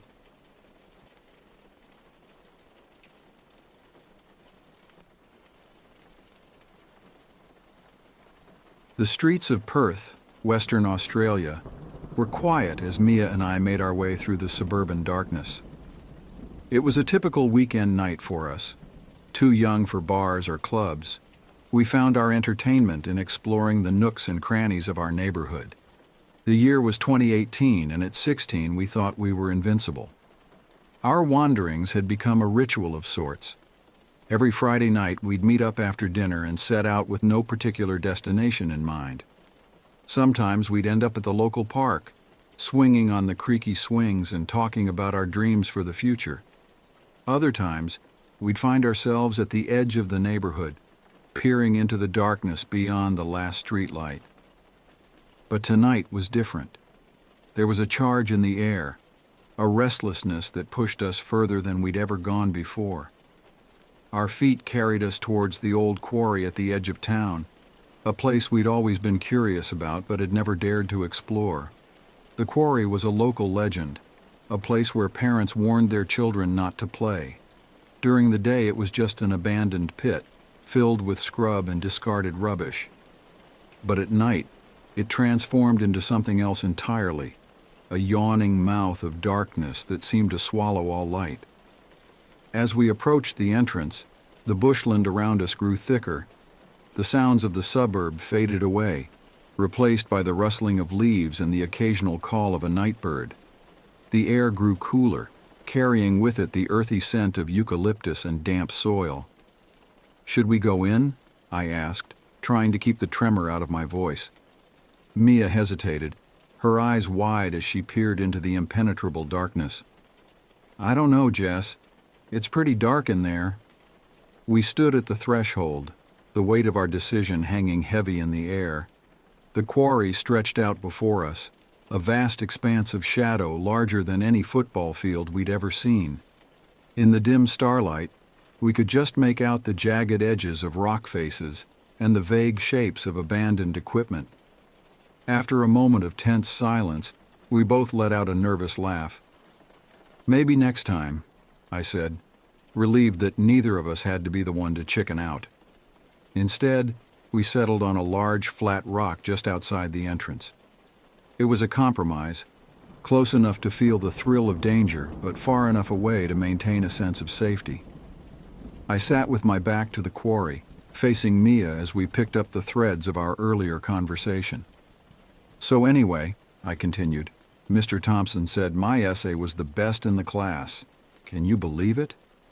Mia nodded, a smile playing at the corners of her mouth. "That's awesome, Jess. You've always been good at English." We chatted about school, friends, and the latest gossip, the eeriness of our surroundings temporarily forgotten. The night was quiet around us, broken only by the sound of our voices and the occasional rustle of wind through the trees. It happened in an instant. One moment, Mia was laughing at a joke I'd made. The next, her face went slack, all color draining from her cheeks. Her eyes widened, fixed on a point just over my left shoulder. "Mia?" I asked, my voice barely above a whisper. "What's wrong?" But Mia didn't respond. She sat frozen, her mouth slightly open as if she were about to speak but had forgotten how. The silence stretched for what felt like an eternity, but was probably only a few seconds. Then, without warning, Mia leapt to her feet. "Run!" she screamed, her voice high and tight with fear. "Jess, run!" She took off down the path we'd come, her footsteps pounding against the packed earth. For a split second, I sat there, stunned by the sudden change. Then, propelled by a surge of adrenaline and the primal fear in Mia's voice, I scrambled off the rock and ran after her. My heart hammered in my chest as I sprinted down the dark path, my feet stumbling over unseen obstacles. I had no idea what we were running from, but the terror in Mia's voice had been enough to send me into a blind panic. We ran for what felt like miles, though it was probably only a few hundred meters. The sounds of the bush gave way to the familiar noises of the suburb. A dog barking in the distance, the hum of a car engine.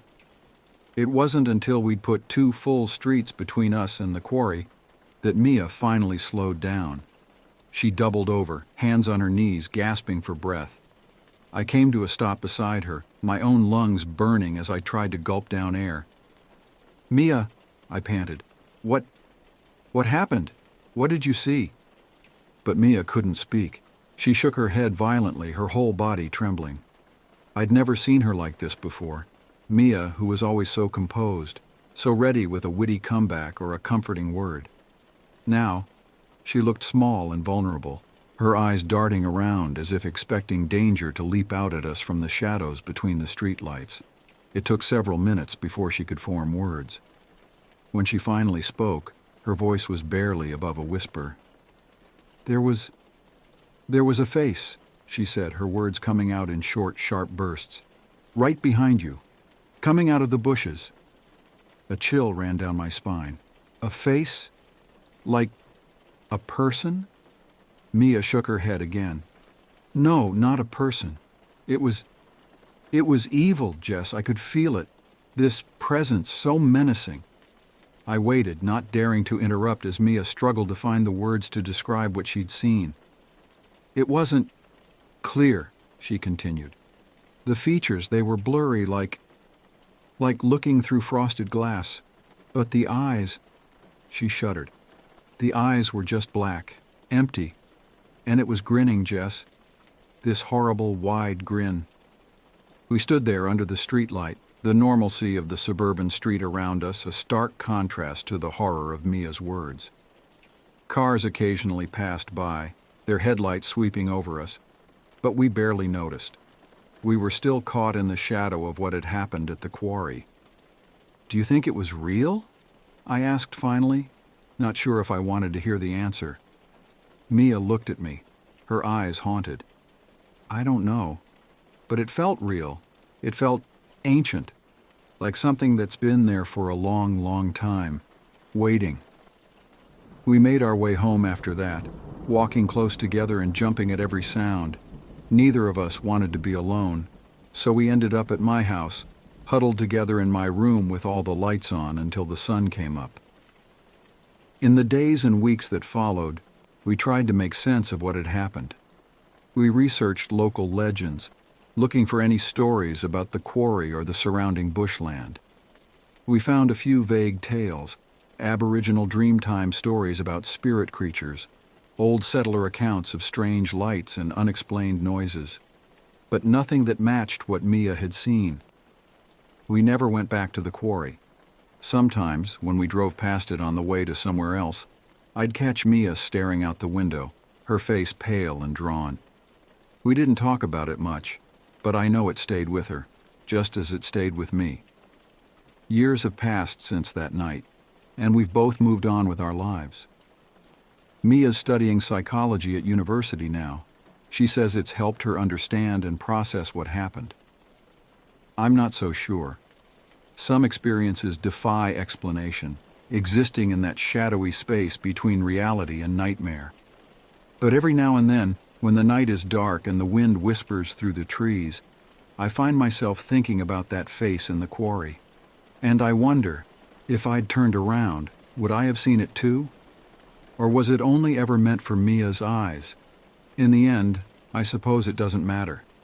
The face, whether real or imagined, changed us both.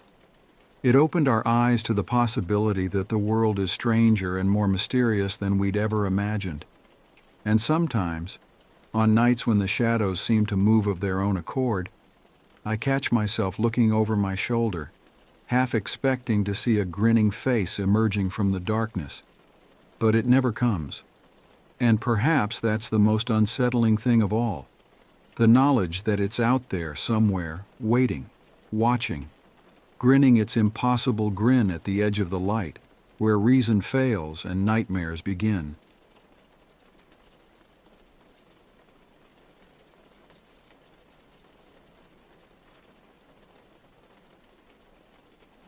It was 1982, and I'd been in law enforcement for almost 15 years by then. My name's Elias Davenport, and I worked as a detective for the St. Lawrence County Sheriff's Office in upstate New York. The cold winters weren't so bad. It was the isolation that wore on you.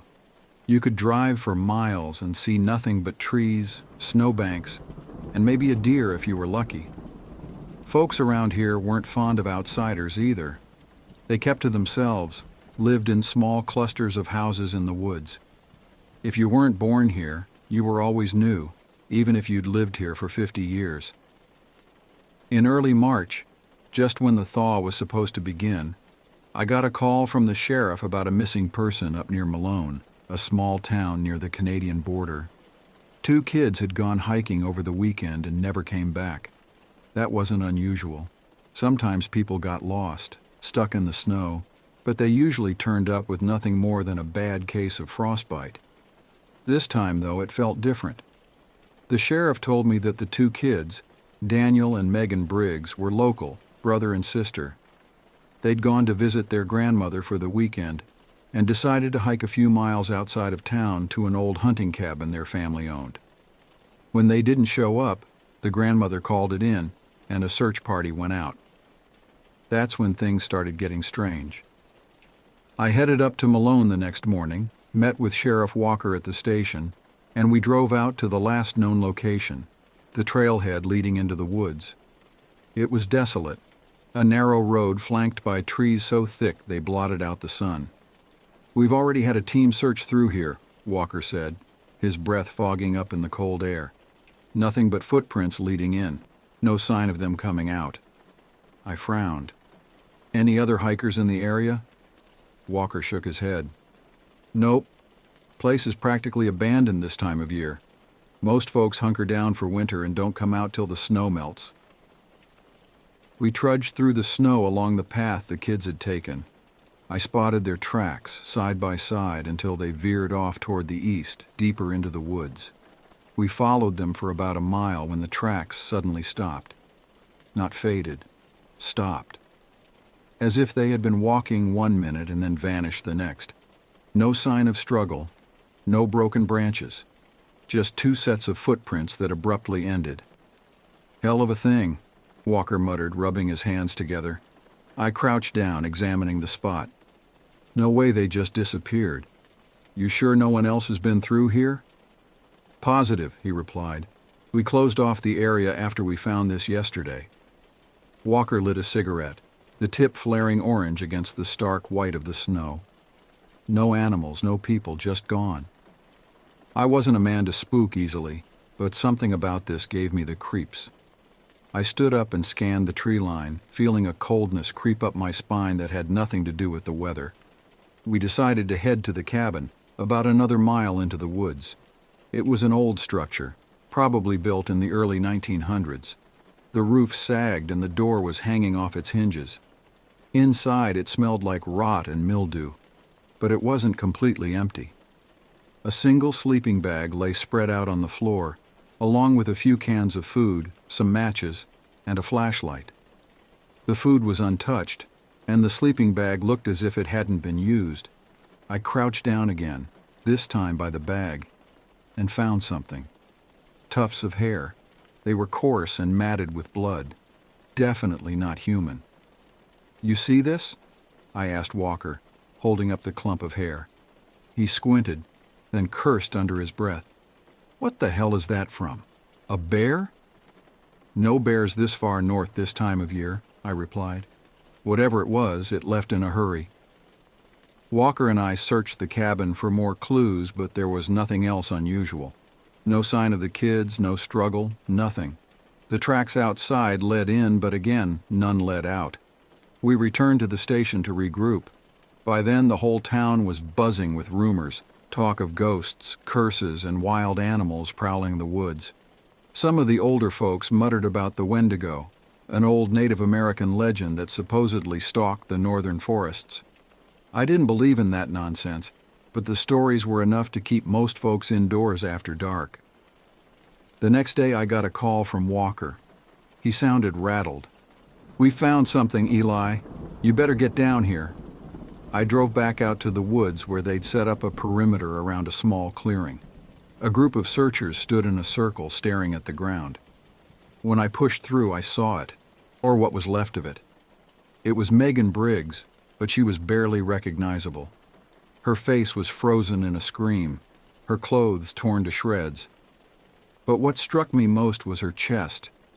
It looked like something had torn it open, ribs broken outward as if something had clawed its way in or out from inside her. Walker stood off to the side, pale as a ghost. Never seen anything like this before. I swallowed hard, forcing myself to look away from the carnage. Where's the brother? Walker shook his head. No sign of him yet. We searched the area for hours, but there was no sign of Daniel. I was beginning to wonder if he'd suffered the same fate, his body scattered somewhere in the woods. Then, late in the afternoon, we found something.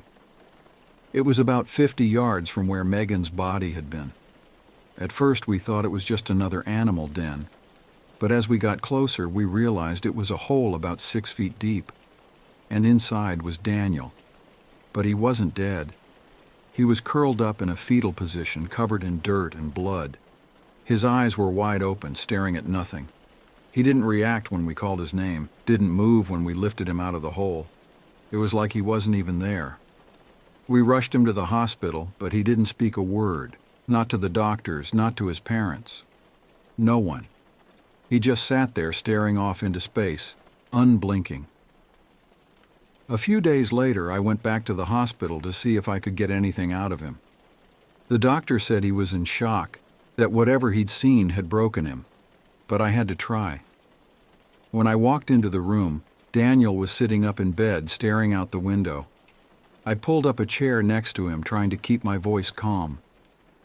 Daniel, I need you to tell me what happened out there. Anything you remember. For a long moment, he didn't say anything.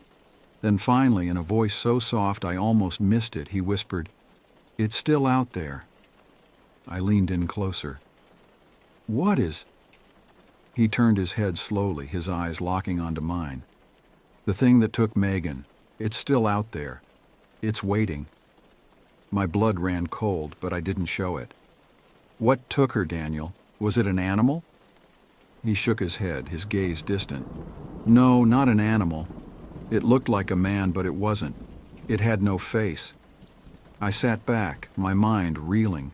No face? What the hell was he talking about? I pressed him for more, but that was all he would say. "It's still out there." After that, I didn't sleep for days. I couldn't stop thinking about Megan, about the way her body had been torn apart, about Daniel's words. No face. It didn't make any sense, but deep down I knew he was telling the truth. Something was out there, something that didn't belong. A week later, Daniel disappeared from the hospital. No one saw him leave. No one knew where he went. The search parties went out again, but this time they came back empty-handed. It was like he'd vanished into thin air, just like the footprints in the snow. I quit the force not long after that. I told myself it was just time to move on, that I needed a change of pace. But the truth is, I couldn't shake the feeling that whatever was out there was still watching, waiting for its next victim. And I wasn't sticking around to find out who that would be. Years passed, and I tried to put it all behind me. I moved to a small town in Vermont, took up carpentry. But every winter when the snow started to fall and the wind howled through the trees, I'd find myself thinking about those woods in Malone, about the things that might be lurking in the shadows. I kept tabs on the area, though. Old habits die hard, I guess. There were other disappearances over the years. Nothing as dramatic as the Briggs kids, but every now and then someone would go missing. Hikers, mostly. Sometimes they'd turn up, sometimes they wouldn't. The locals started calling that stretch of forest the Vanishing Woods. Tourism dropped off. People avoided the area if they could. In '95, I got a call from an old colleague at the sheriff's office. They'd found Daniel Briggs, or rather, what was left of him. A hunter had stumbled across a cave deep in the woods, miles from where we'd originally found him. Inside were bones, scraps of clothing, and a journal. They identified him through dental records. I drove up there the next day, my stomach in knots. The journal was mostly gibberish, page after page of frantic scribbles and drawings. But there were a few coherent entries. Daniel wrote about being watched, about eyes in the dark. He described the thing that had taken his sister. Long limbs, pale skin, and that blank, featureless face. The last entry was dated just a week before they found him. It simply said, "It's coming for me. I can hear it breathing outside." I left Malone that night and never went back, but sometimes, on quiet nights when the wind is just right, I swear I can hear something moving in the woods behind my house, something that doesn't belong. I keep my doors locked now, and I don't go out after dark, because I know the truth. Whatever took those kids, whatever Daniel saw in those woods, it's still out there, and it's hungry.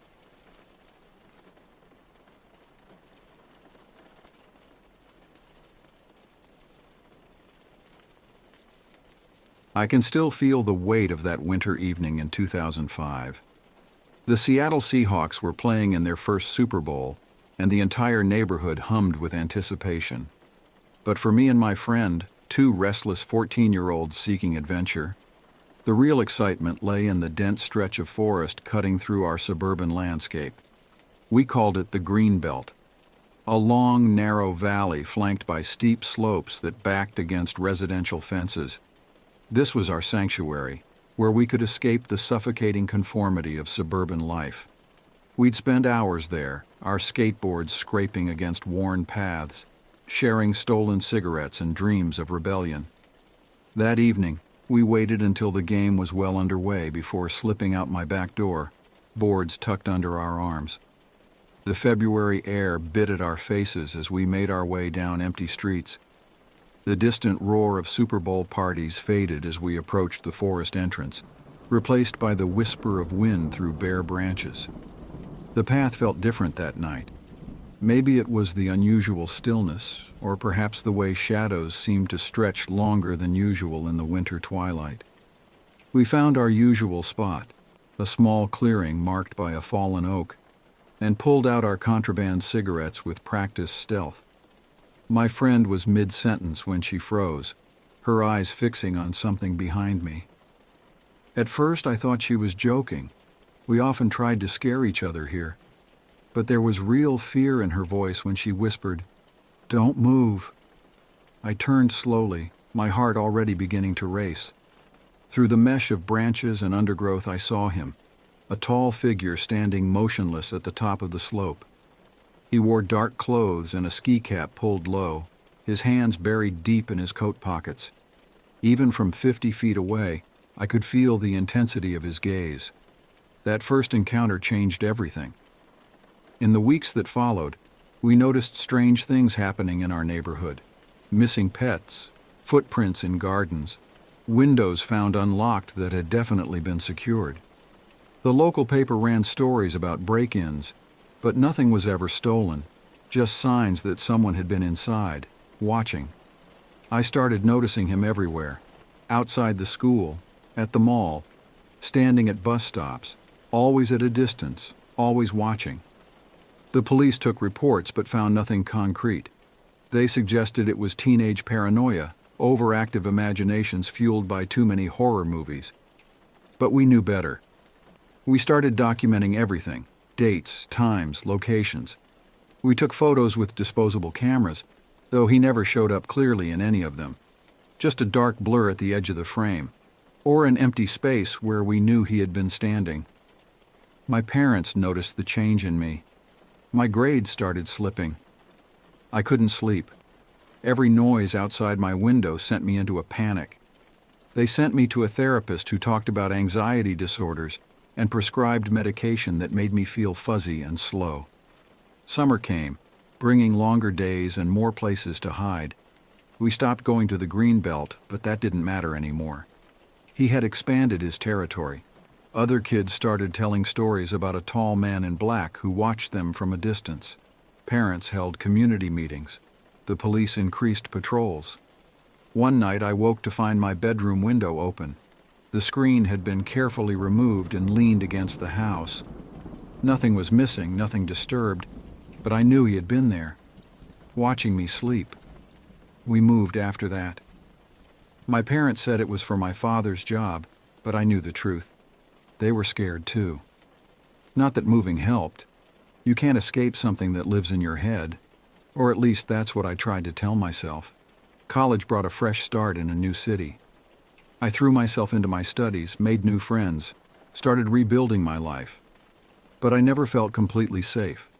I installed extra locks on my doors and windows, took self-defense classes, carried pepper spray. Then came the letters. No return address, no signature, just detailed descriptions of my daily routine, what I wore, where I went, who I talked to.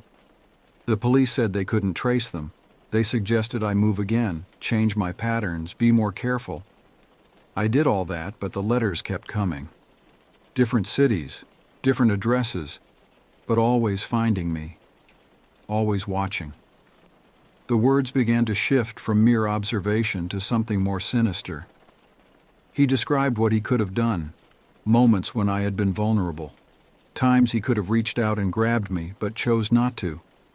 I started researching similar cases, looking for patterns, found others who had been watched, stalked, terrorized. Some had disappeared, others had been found, but what happened to them was worse than disappearing.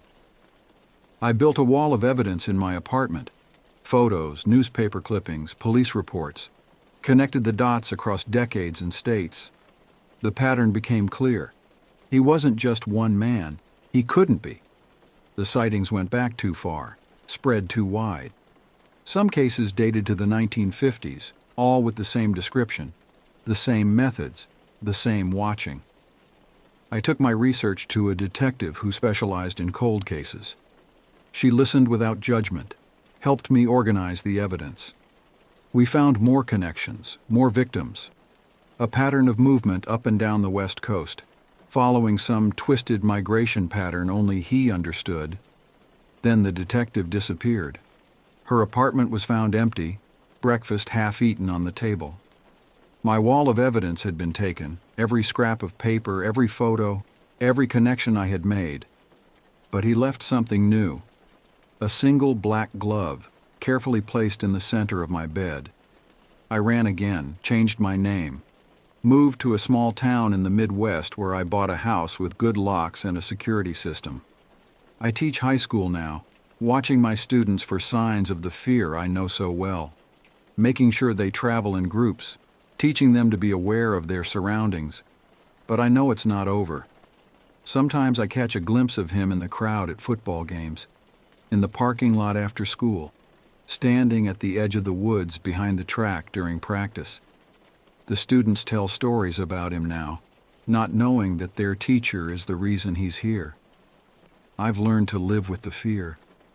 It's my constant companion, as familiar as my own shadow. I keep a journal now, recording everything. Someday someone will need to know the truth, need to understand what we're dealing with, because he's patient. He can wait decades for the right moment. He finds you when you're young, plants the seed of fear, then watches it grow, nurtures it with glimpses and suggestions, feeds it with close encounters and near misses. The students joke about him sometimes, call him the shadow man, make up stories about what he does to people who walk home alone. They don't know that their stories are closer to truth than fiction, don't understand that their nightmares walk in daylight. I see it in their faces sometimes. The moment when a joke becomes real fear, when they catch sight of something watching from the woods, when they realize that the stories might be true.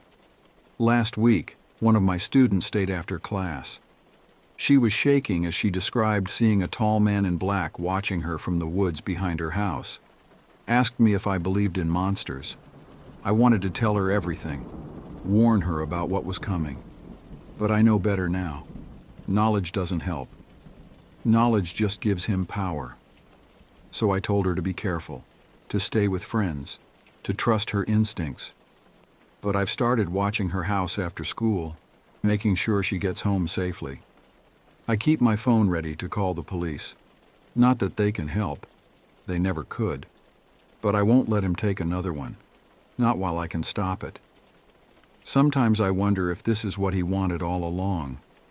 To create guardians like me, watching and waiting, just as he does. To spread his influence through the fear he plants in us. The green belt where it all started has been developed now. The woods cut down to make way for new houses.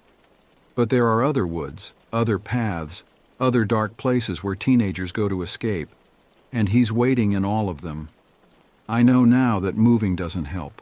Running doesn't help. He's not following me. He's everywhere, has always been everywhere.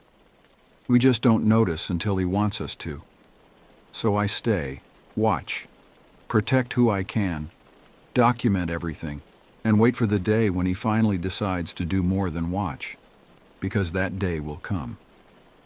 I've seen the progression in other cases, the watching, the testing, the taking. My security cameras catch glimpses sometimes. A tall figure standing perfectly still in my backyard. A shadow that doesn't move quite right. But the footage always corrupts before I can show anyone else. The letters still come, but I don't read them anymore. Don't need to. They're all the same now. Detailed descriptions of what I'm doing at the exact moment I receive them. A constant reminder that no matter where I go, what I do, he's watching. My students are starting to notice the changes in me. The way I scan the woods during outdoor classes. How I insist they never walk alone. The extra locks on my classroom door. But I can't stop. Can't pretend I don't see what's happening. Because he's escalating, getting bolder. The glimpses are becoming more frequent. The letters more explicit. Last night I found fresh footprints in my garden, leading to my bedroom window. The screen had been removed, leaned carefully against the wall. Nothing was missing. Nothing disturbed. Just like that night so many years ago. He's ready for the next phase. I can feel it. The watching is almost over. Soon he'll do more than watch. And when he does, I'll be ready. Because I'm not that scared 14-year-old anymore.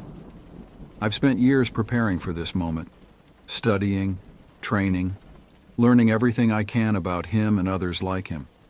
The security system records everything now. Multiple backups, off-site storage. If I disappear, others will know why. Will have the evidence I never had. Sometimes late at night I sit in my darkened living room and watch the woods behind my house. I know he's out there, watching back. Our eyes meet through the darkness, through the glass, through the years of fear and preparation. And I wonder which of us is really the watcher now. This morning I found another letter, but this one was different. No details about my routine, no descriptions of what I was wearing or doing. Just 5 words. Ready or not, here I come. I stared at the letter for a long time, my hand steady despite the weight of its words. Years of watching and waiting had prepared me for this moment. I walked through my house methodically, checking the security measures I'd installed over the years. Reinforced door frames, window sensors, motion-activated lights. Everything was in place, but I knew it wouldn't be enough. That evening, I called in sick to school. My substitute would handle my classes. I'd prepared for this years ago, establishing a pattern of occasional absences so it wouldn't seem suspicious when I needed to disappear. I drove to the storage unit I'd rented under a different name, retrieving the emergency bag I'd packed. Clothes, cash, burner phones, and everything I'd learned about him over the years. The evidence spanned decades. Newspaper clippings about missing persons cases dating back to the 1950s. Police reports that mentioned a tall figure in black. Witness statements describing the same methodical stalking, the same pattern of escalation. The geography of it formed a web across the country, with clusters of activity that moved in predictable cycles. I spread everything across my dining room table, adding my own notes and photographs. Patterns emerged that I hadn't noticed before. The timing of his appearances wasn't random. They followed specific triggers. Community events, school functions, times when people would be distracted, their guard down. A memory surfaced, that first night in the Greenbelt during the Super Bowl. Everyone had been focused on the game, the streets empty except for 2 teenage girls who thought they were invincible. We had been perfect targets, but he'd let us go. Why? The answer hit me with stunning clarity. We weren't meant to be victims. We were meant to be witnesses. He wanted us to spread the story, to plant the seed of fear in others. Each generation of watchers created new stories, new legends, new fear. My phone buzzed. A text from an unknown number. Check your email. The message contained a video file. My hand shook as I clicked play. It showed me sitting at my dining room table looking at my phone. The timestamp was current. The angle suggested the camera was outside my kitchen window. I didn't bother looking. I knew he would be there watching. Instead, I started methodically photographing all my evidence. I uploaded everything to secure cloud storage, set to automatically send to multiple recipients if I didn't enter a code every 24 hours. Then I packed what I needed and walked out my front door. Not running this time. Running had never helped. I drove to the school, parked in my usual spot, and waited. The campus was quiet. Most students gone for the day except for those in after-school activities. A movement caught my eye. A tall figure standing at the edge of the woods behind the track field. I got out of my car, my footsteps echoing in the empty parking lot. As I walked toward him, memories of that first night flooded back. The fear was still there, but it had transformed into something else, a weapon I could use. He stood perfectly still as I approached, exactly as he had all those years ago. Same dark clothes, same ski mask, same black gloves. Up close, I could see what my 14-year-old self had missed. The subtle signs of age in his posture, the gray hairs visible at the edge of his mask. "Why?" I asked, my voice steady. "Why did you let us go that night?" He tilted his head slightly, studying me with those unnervingly dark eyes. When he spoke, his voice was surprisingly ordinary. "Because fear is patient. Fear grows. Two terrified girls tell their friends who tell their friends. The story spreads, changes, takes on a life of its own. But the fear remains pure." "The others," I said, "the ones who disappeared. What happened to them?" "Some stories need more than words," he replied. "They need proof that the monster is real." I heard footsteps behind me. Heavy, deliberate footsteps that matched his rhythm perfectly. I turned slowly, already knowing what I would see. Another tall figure in black, wearing the same clothes, the same mask. And another beyond him. And another. They had been there all along, not one man but many. A network of watchers, spreading fear like a virus across generations. Each choosing their witnesses, their victims, their successors. "Why show me this now?" I asked, turning back to the first watcher. "Because you're ready," he said. "You've watched. You've waited. You've learned. Now it's your turn to wear the mask." I felt my world shift as the implications of his words sank in. The mask he held out to me was identical to his own. Black, nondescript, a tool of anonymity that had haunted my nightmares for decades. "You've been grooming me," I said, the realization hitting me with nauseating clarity. All these years, the watching, the letters, the fear, it was all preparation. "You survived," he said simply. "You learned. You protected others. You understand the importance of fear, not just as a weapon, but as a shield. How many of your students walk home alone now? How many take unnecessary risks?" He was right. My experiences had made me hypervigilant, not just for myself, but for others. I'd spent years teaching my students to be aware, to stay safe, to trust their instincts. But there was a vast difference between protection and terror. And if I refuse? The watchers around us shifted slightly, their movements synchronized in a way that made my skin crawl. The first watcher, my watcher, shook his head slowly. "There is no refusing. You're already part of it. Have been since that night in the Greenbelt. The only choice now is whether you wear the mask yourself or become another story for others to tell." A scream cut through the evening air, sharp, desperate, terrified. My head snapped toward the sound. It had come from the direction of the school track, where I knew the cross-country team would be finishing their practice. "Your student," my watcher said calmly. "The one who stayed after class last week. She's about to have her own encounter with fear. Unless..." I was running before he finished speaking, my feet pounding against the ground as I sprinted toward the track. Behind me I could hear the watchers moving, spreading out through the woods with practiced efficiency. The girl was standing frozen at the edge of the track, her eyes fixed on the tree line where one of the watchers had emerged. He was moving toward her with that same deliberate pace I remembered so well, each step measured and purposeful. "Get to the school!" I shouted, positioning myself between her and the watcher. "Now!" She ran, her footsteps fading as she sprinted toward the main building. The watcher stopped his advance, head tilted in that unnervingly familiar way. "Very protective," my own watcher's voice came from behind me. "But you can't save them all, not as you are now." More screams erupted from different directions. The baseball field, the parking lot, the garden behind the science building. Everywhere I could think to run, everywhere I might try to help, one of them would already be there. "Stop this," I demanded, turning to face him. "They're just kids." "As were you," he replied. "Fear keeps them safe. Pain teaches.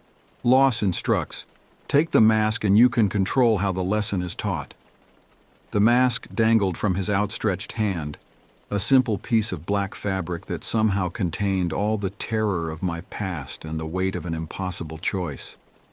I thought of my students, of all the potential victims out there, of the patterns I'd tracked over decades, the disappearances, the lives destroyed.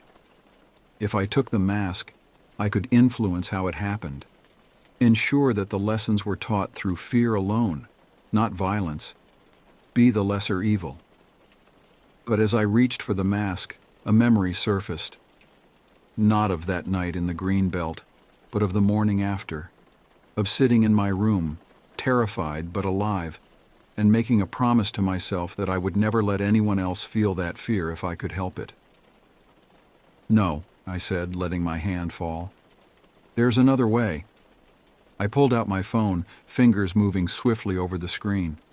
In seconds, every piece of evidence I'd gathered over the years, every photo, every document, every connection I'd made, was being uploaded to news outlets, police departments, and social media platforms across the country. "What have you done?" My watcher's voice had lost its calm assurance. "Exactly what you taught me to do," I replied. "I'm spreading fear, but not of shadows and monsters. Fear of being caught. Fear of being exposed." The sound of sirens filled the air, growing closer with each passing second. I had triggered the school's silent alarm system when I'd sent the files, a system I'd had installed specifically for this moment. "You think exposure will stop us?" he asked, but I could hear the uncertainty in his voice. "We've existed in shadows for generations." "Yes," I said, "but shadows die in the light, and I've just turned on every spotlight I could find." The watchers began to withdraw, melting back into the woods with the same silent efficiency they'd always shown. But this time was different. This time they were running from exposure, from the approaching sirens, from the death of their anonymity. My watcher remained, still holding out the mask. "You could have been one of us," he said, something like regret in his voice. "I already am," I replied, "but not in the way you wanted. I'm the one who watches the watchers, and I'm not the only one anymore."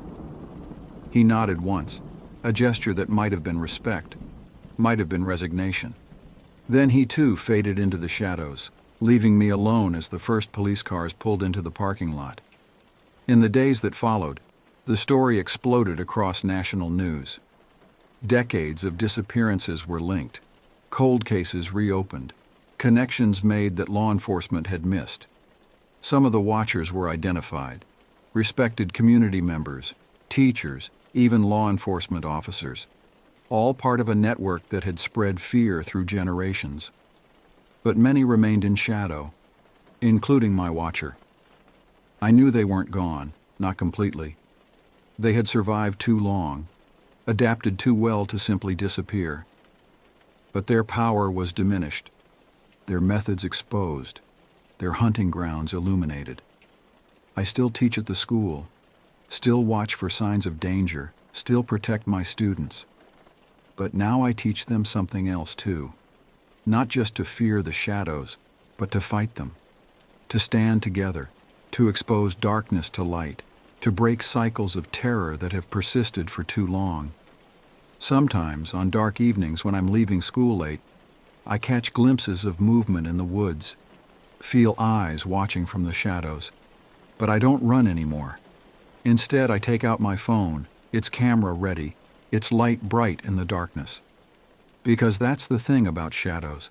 They only have power when we let them remain shadows. In the light of day and the glare of exposure, they become what they've always been. Ordinary darkness cast by ordinary men. The fear isn't gone. It never will be, not completely. But it's transformed into something else now. A tool for change. A weapon against those who would use terror to control others. And somewhere out there, in the darkness beyond the light of my phone, I know my watcher is still watching, still waiting. But now he's the one who's afraid, because he taught me too well. Showed me not just how to fear, but how to use fear. How to watch, how to wait, how to protect. And now I'm teaching others to do the same. The cycle isn't broken, not yet. But it's changing, evolving into something new, something that brings light to darkness, exposure to secrecy, justice to terror. And if you're reading this, if you've felt those eyes watching from the shadows, know that you're not alone. We're out there, the ones who refused the mask, who chose to fight rather than submit. We're watching, waiting, ready to help, because some stories need to be told, some fears need to be faced, and some shadows need to be brought into the light.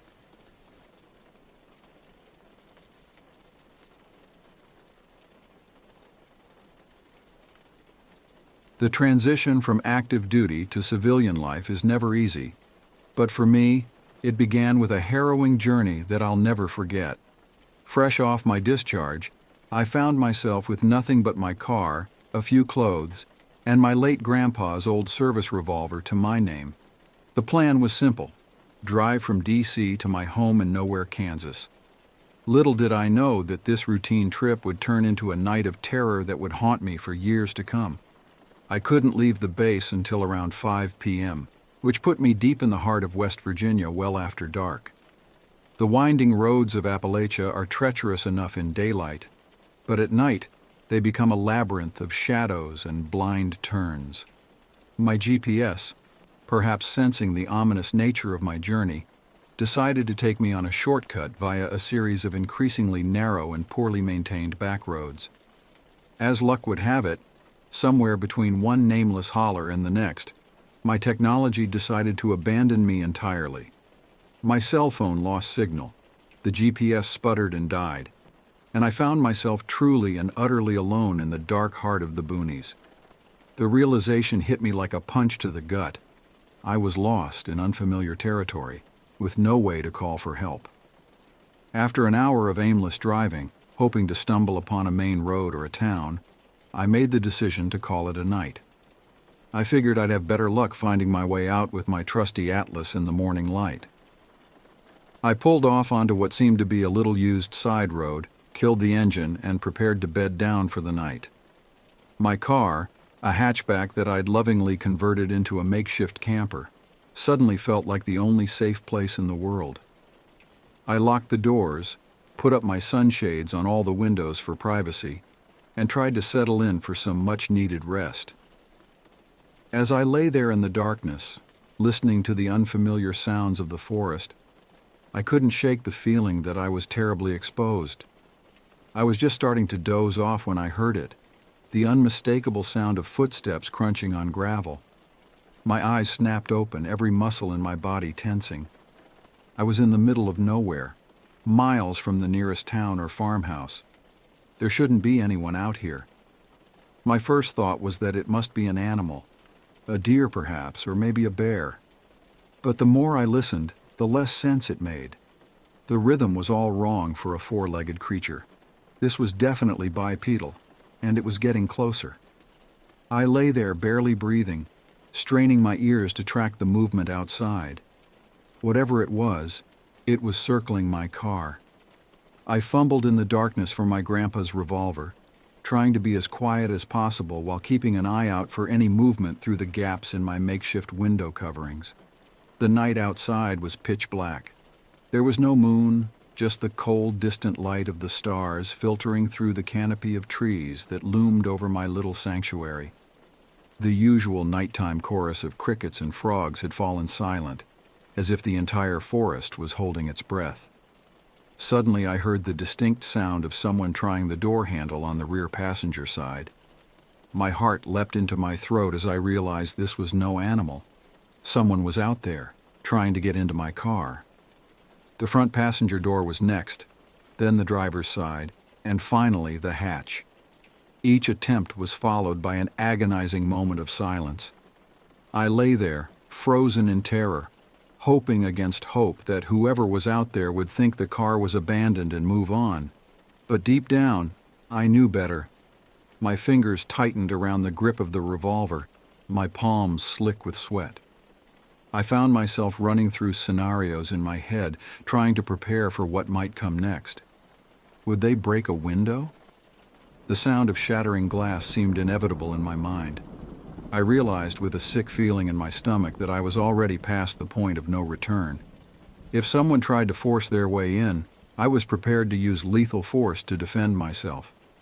As the silence stretched on, broken only by my own ragged breathing, I debated my next move.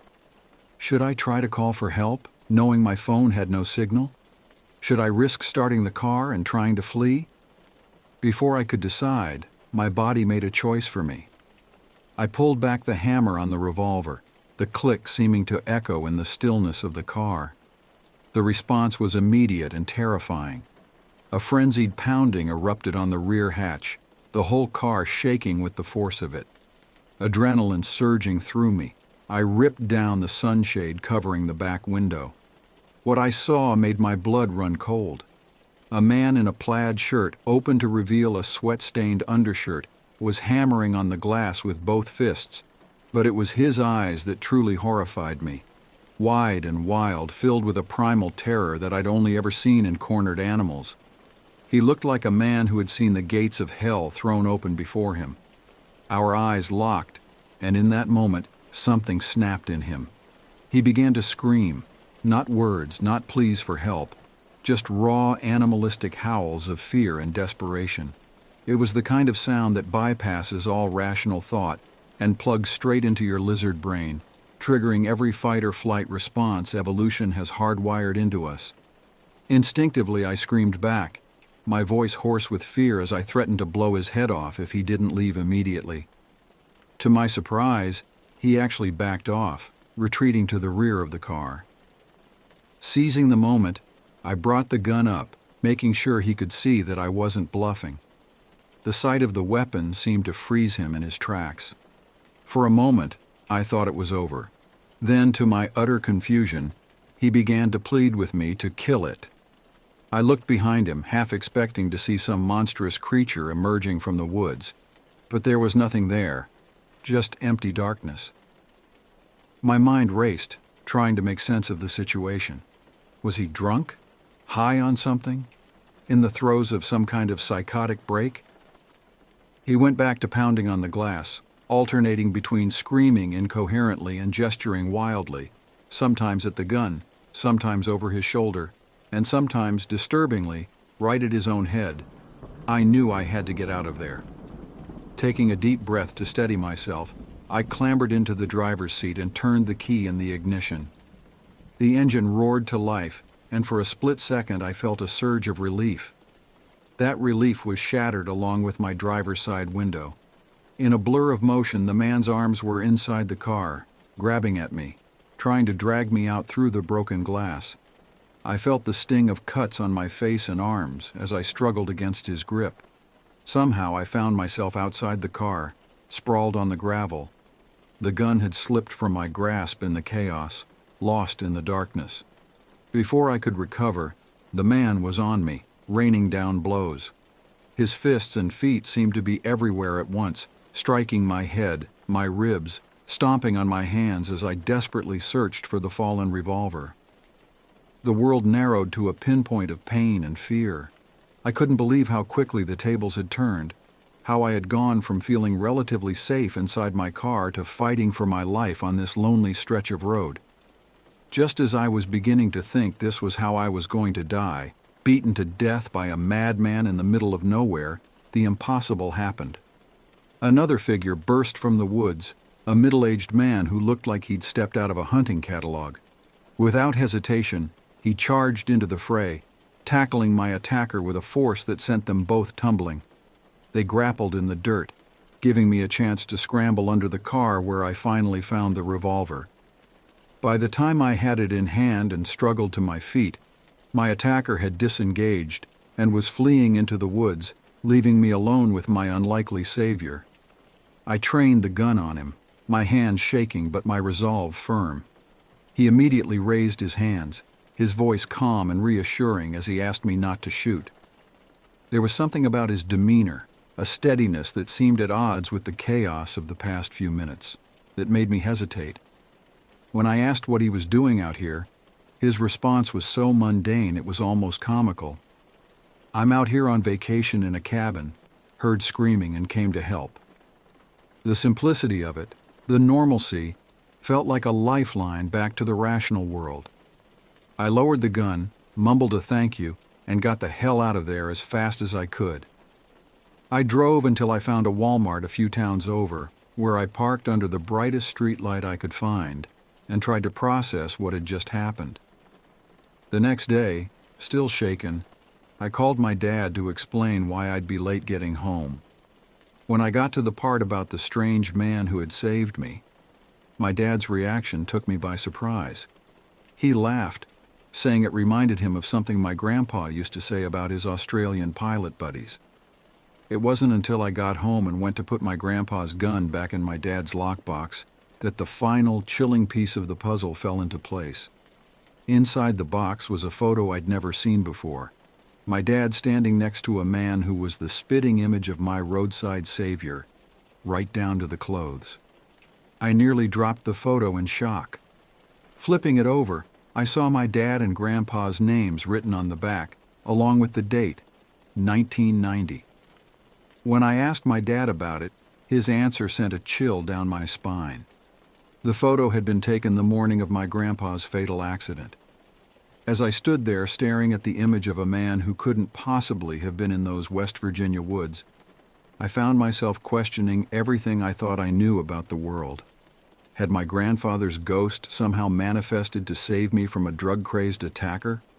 Or was it just an incredible coincidence, a good Samaritan who happened to bear a striking resemblance to a man I'd never met? I'm not saying I believe in ghosts. I'm a rational person, or at least I try to be. But that night on the road, and the mystery that followed, shook me to my core. It left me with questions I'm not sure I'll ever be able to answer. Was it my grandpa's ghost, reaching out from beyond the grave to protect his grandson?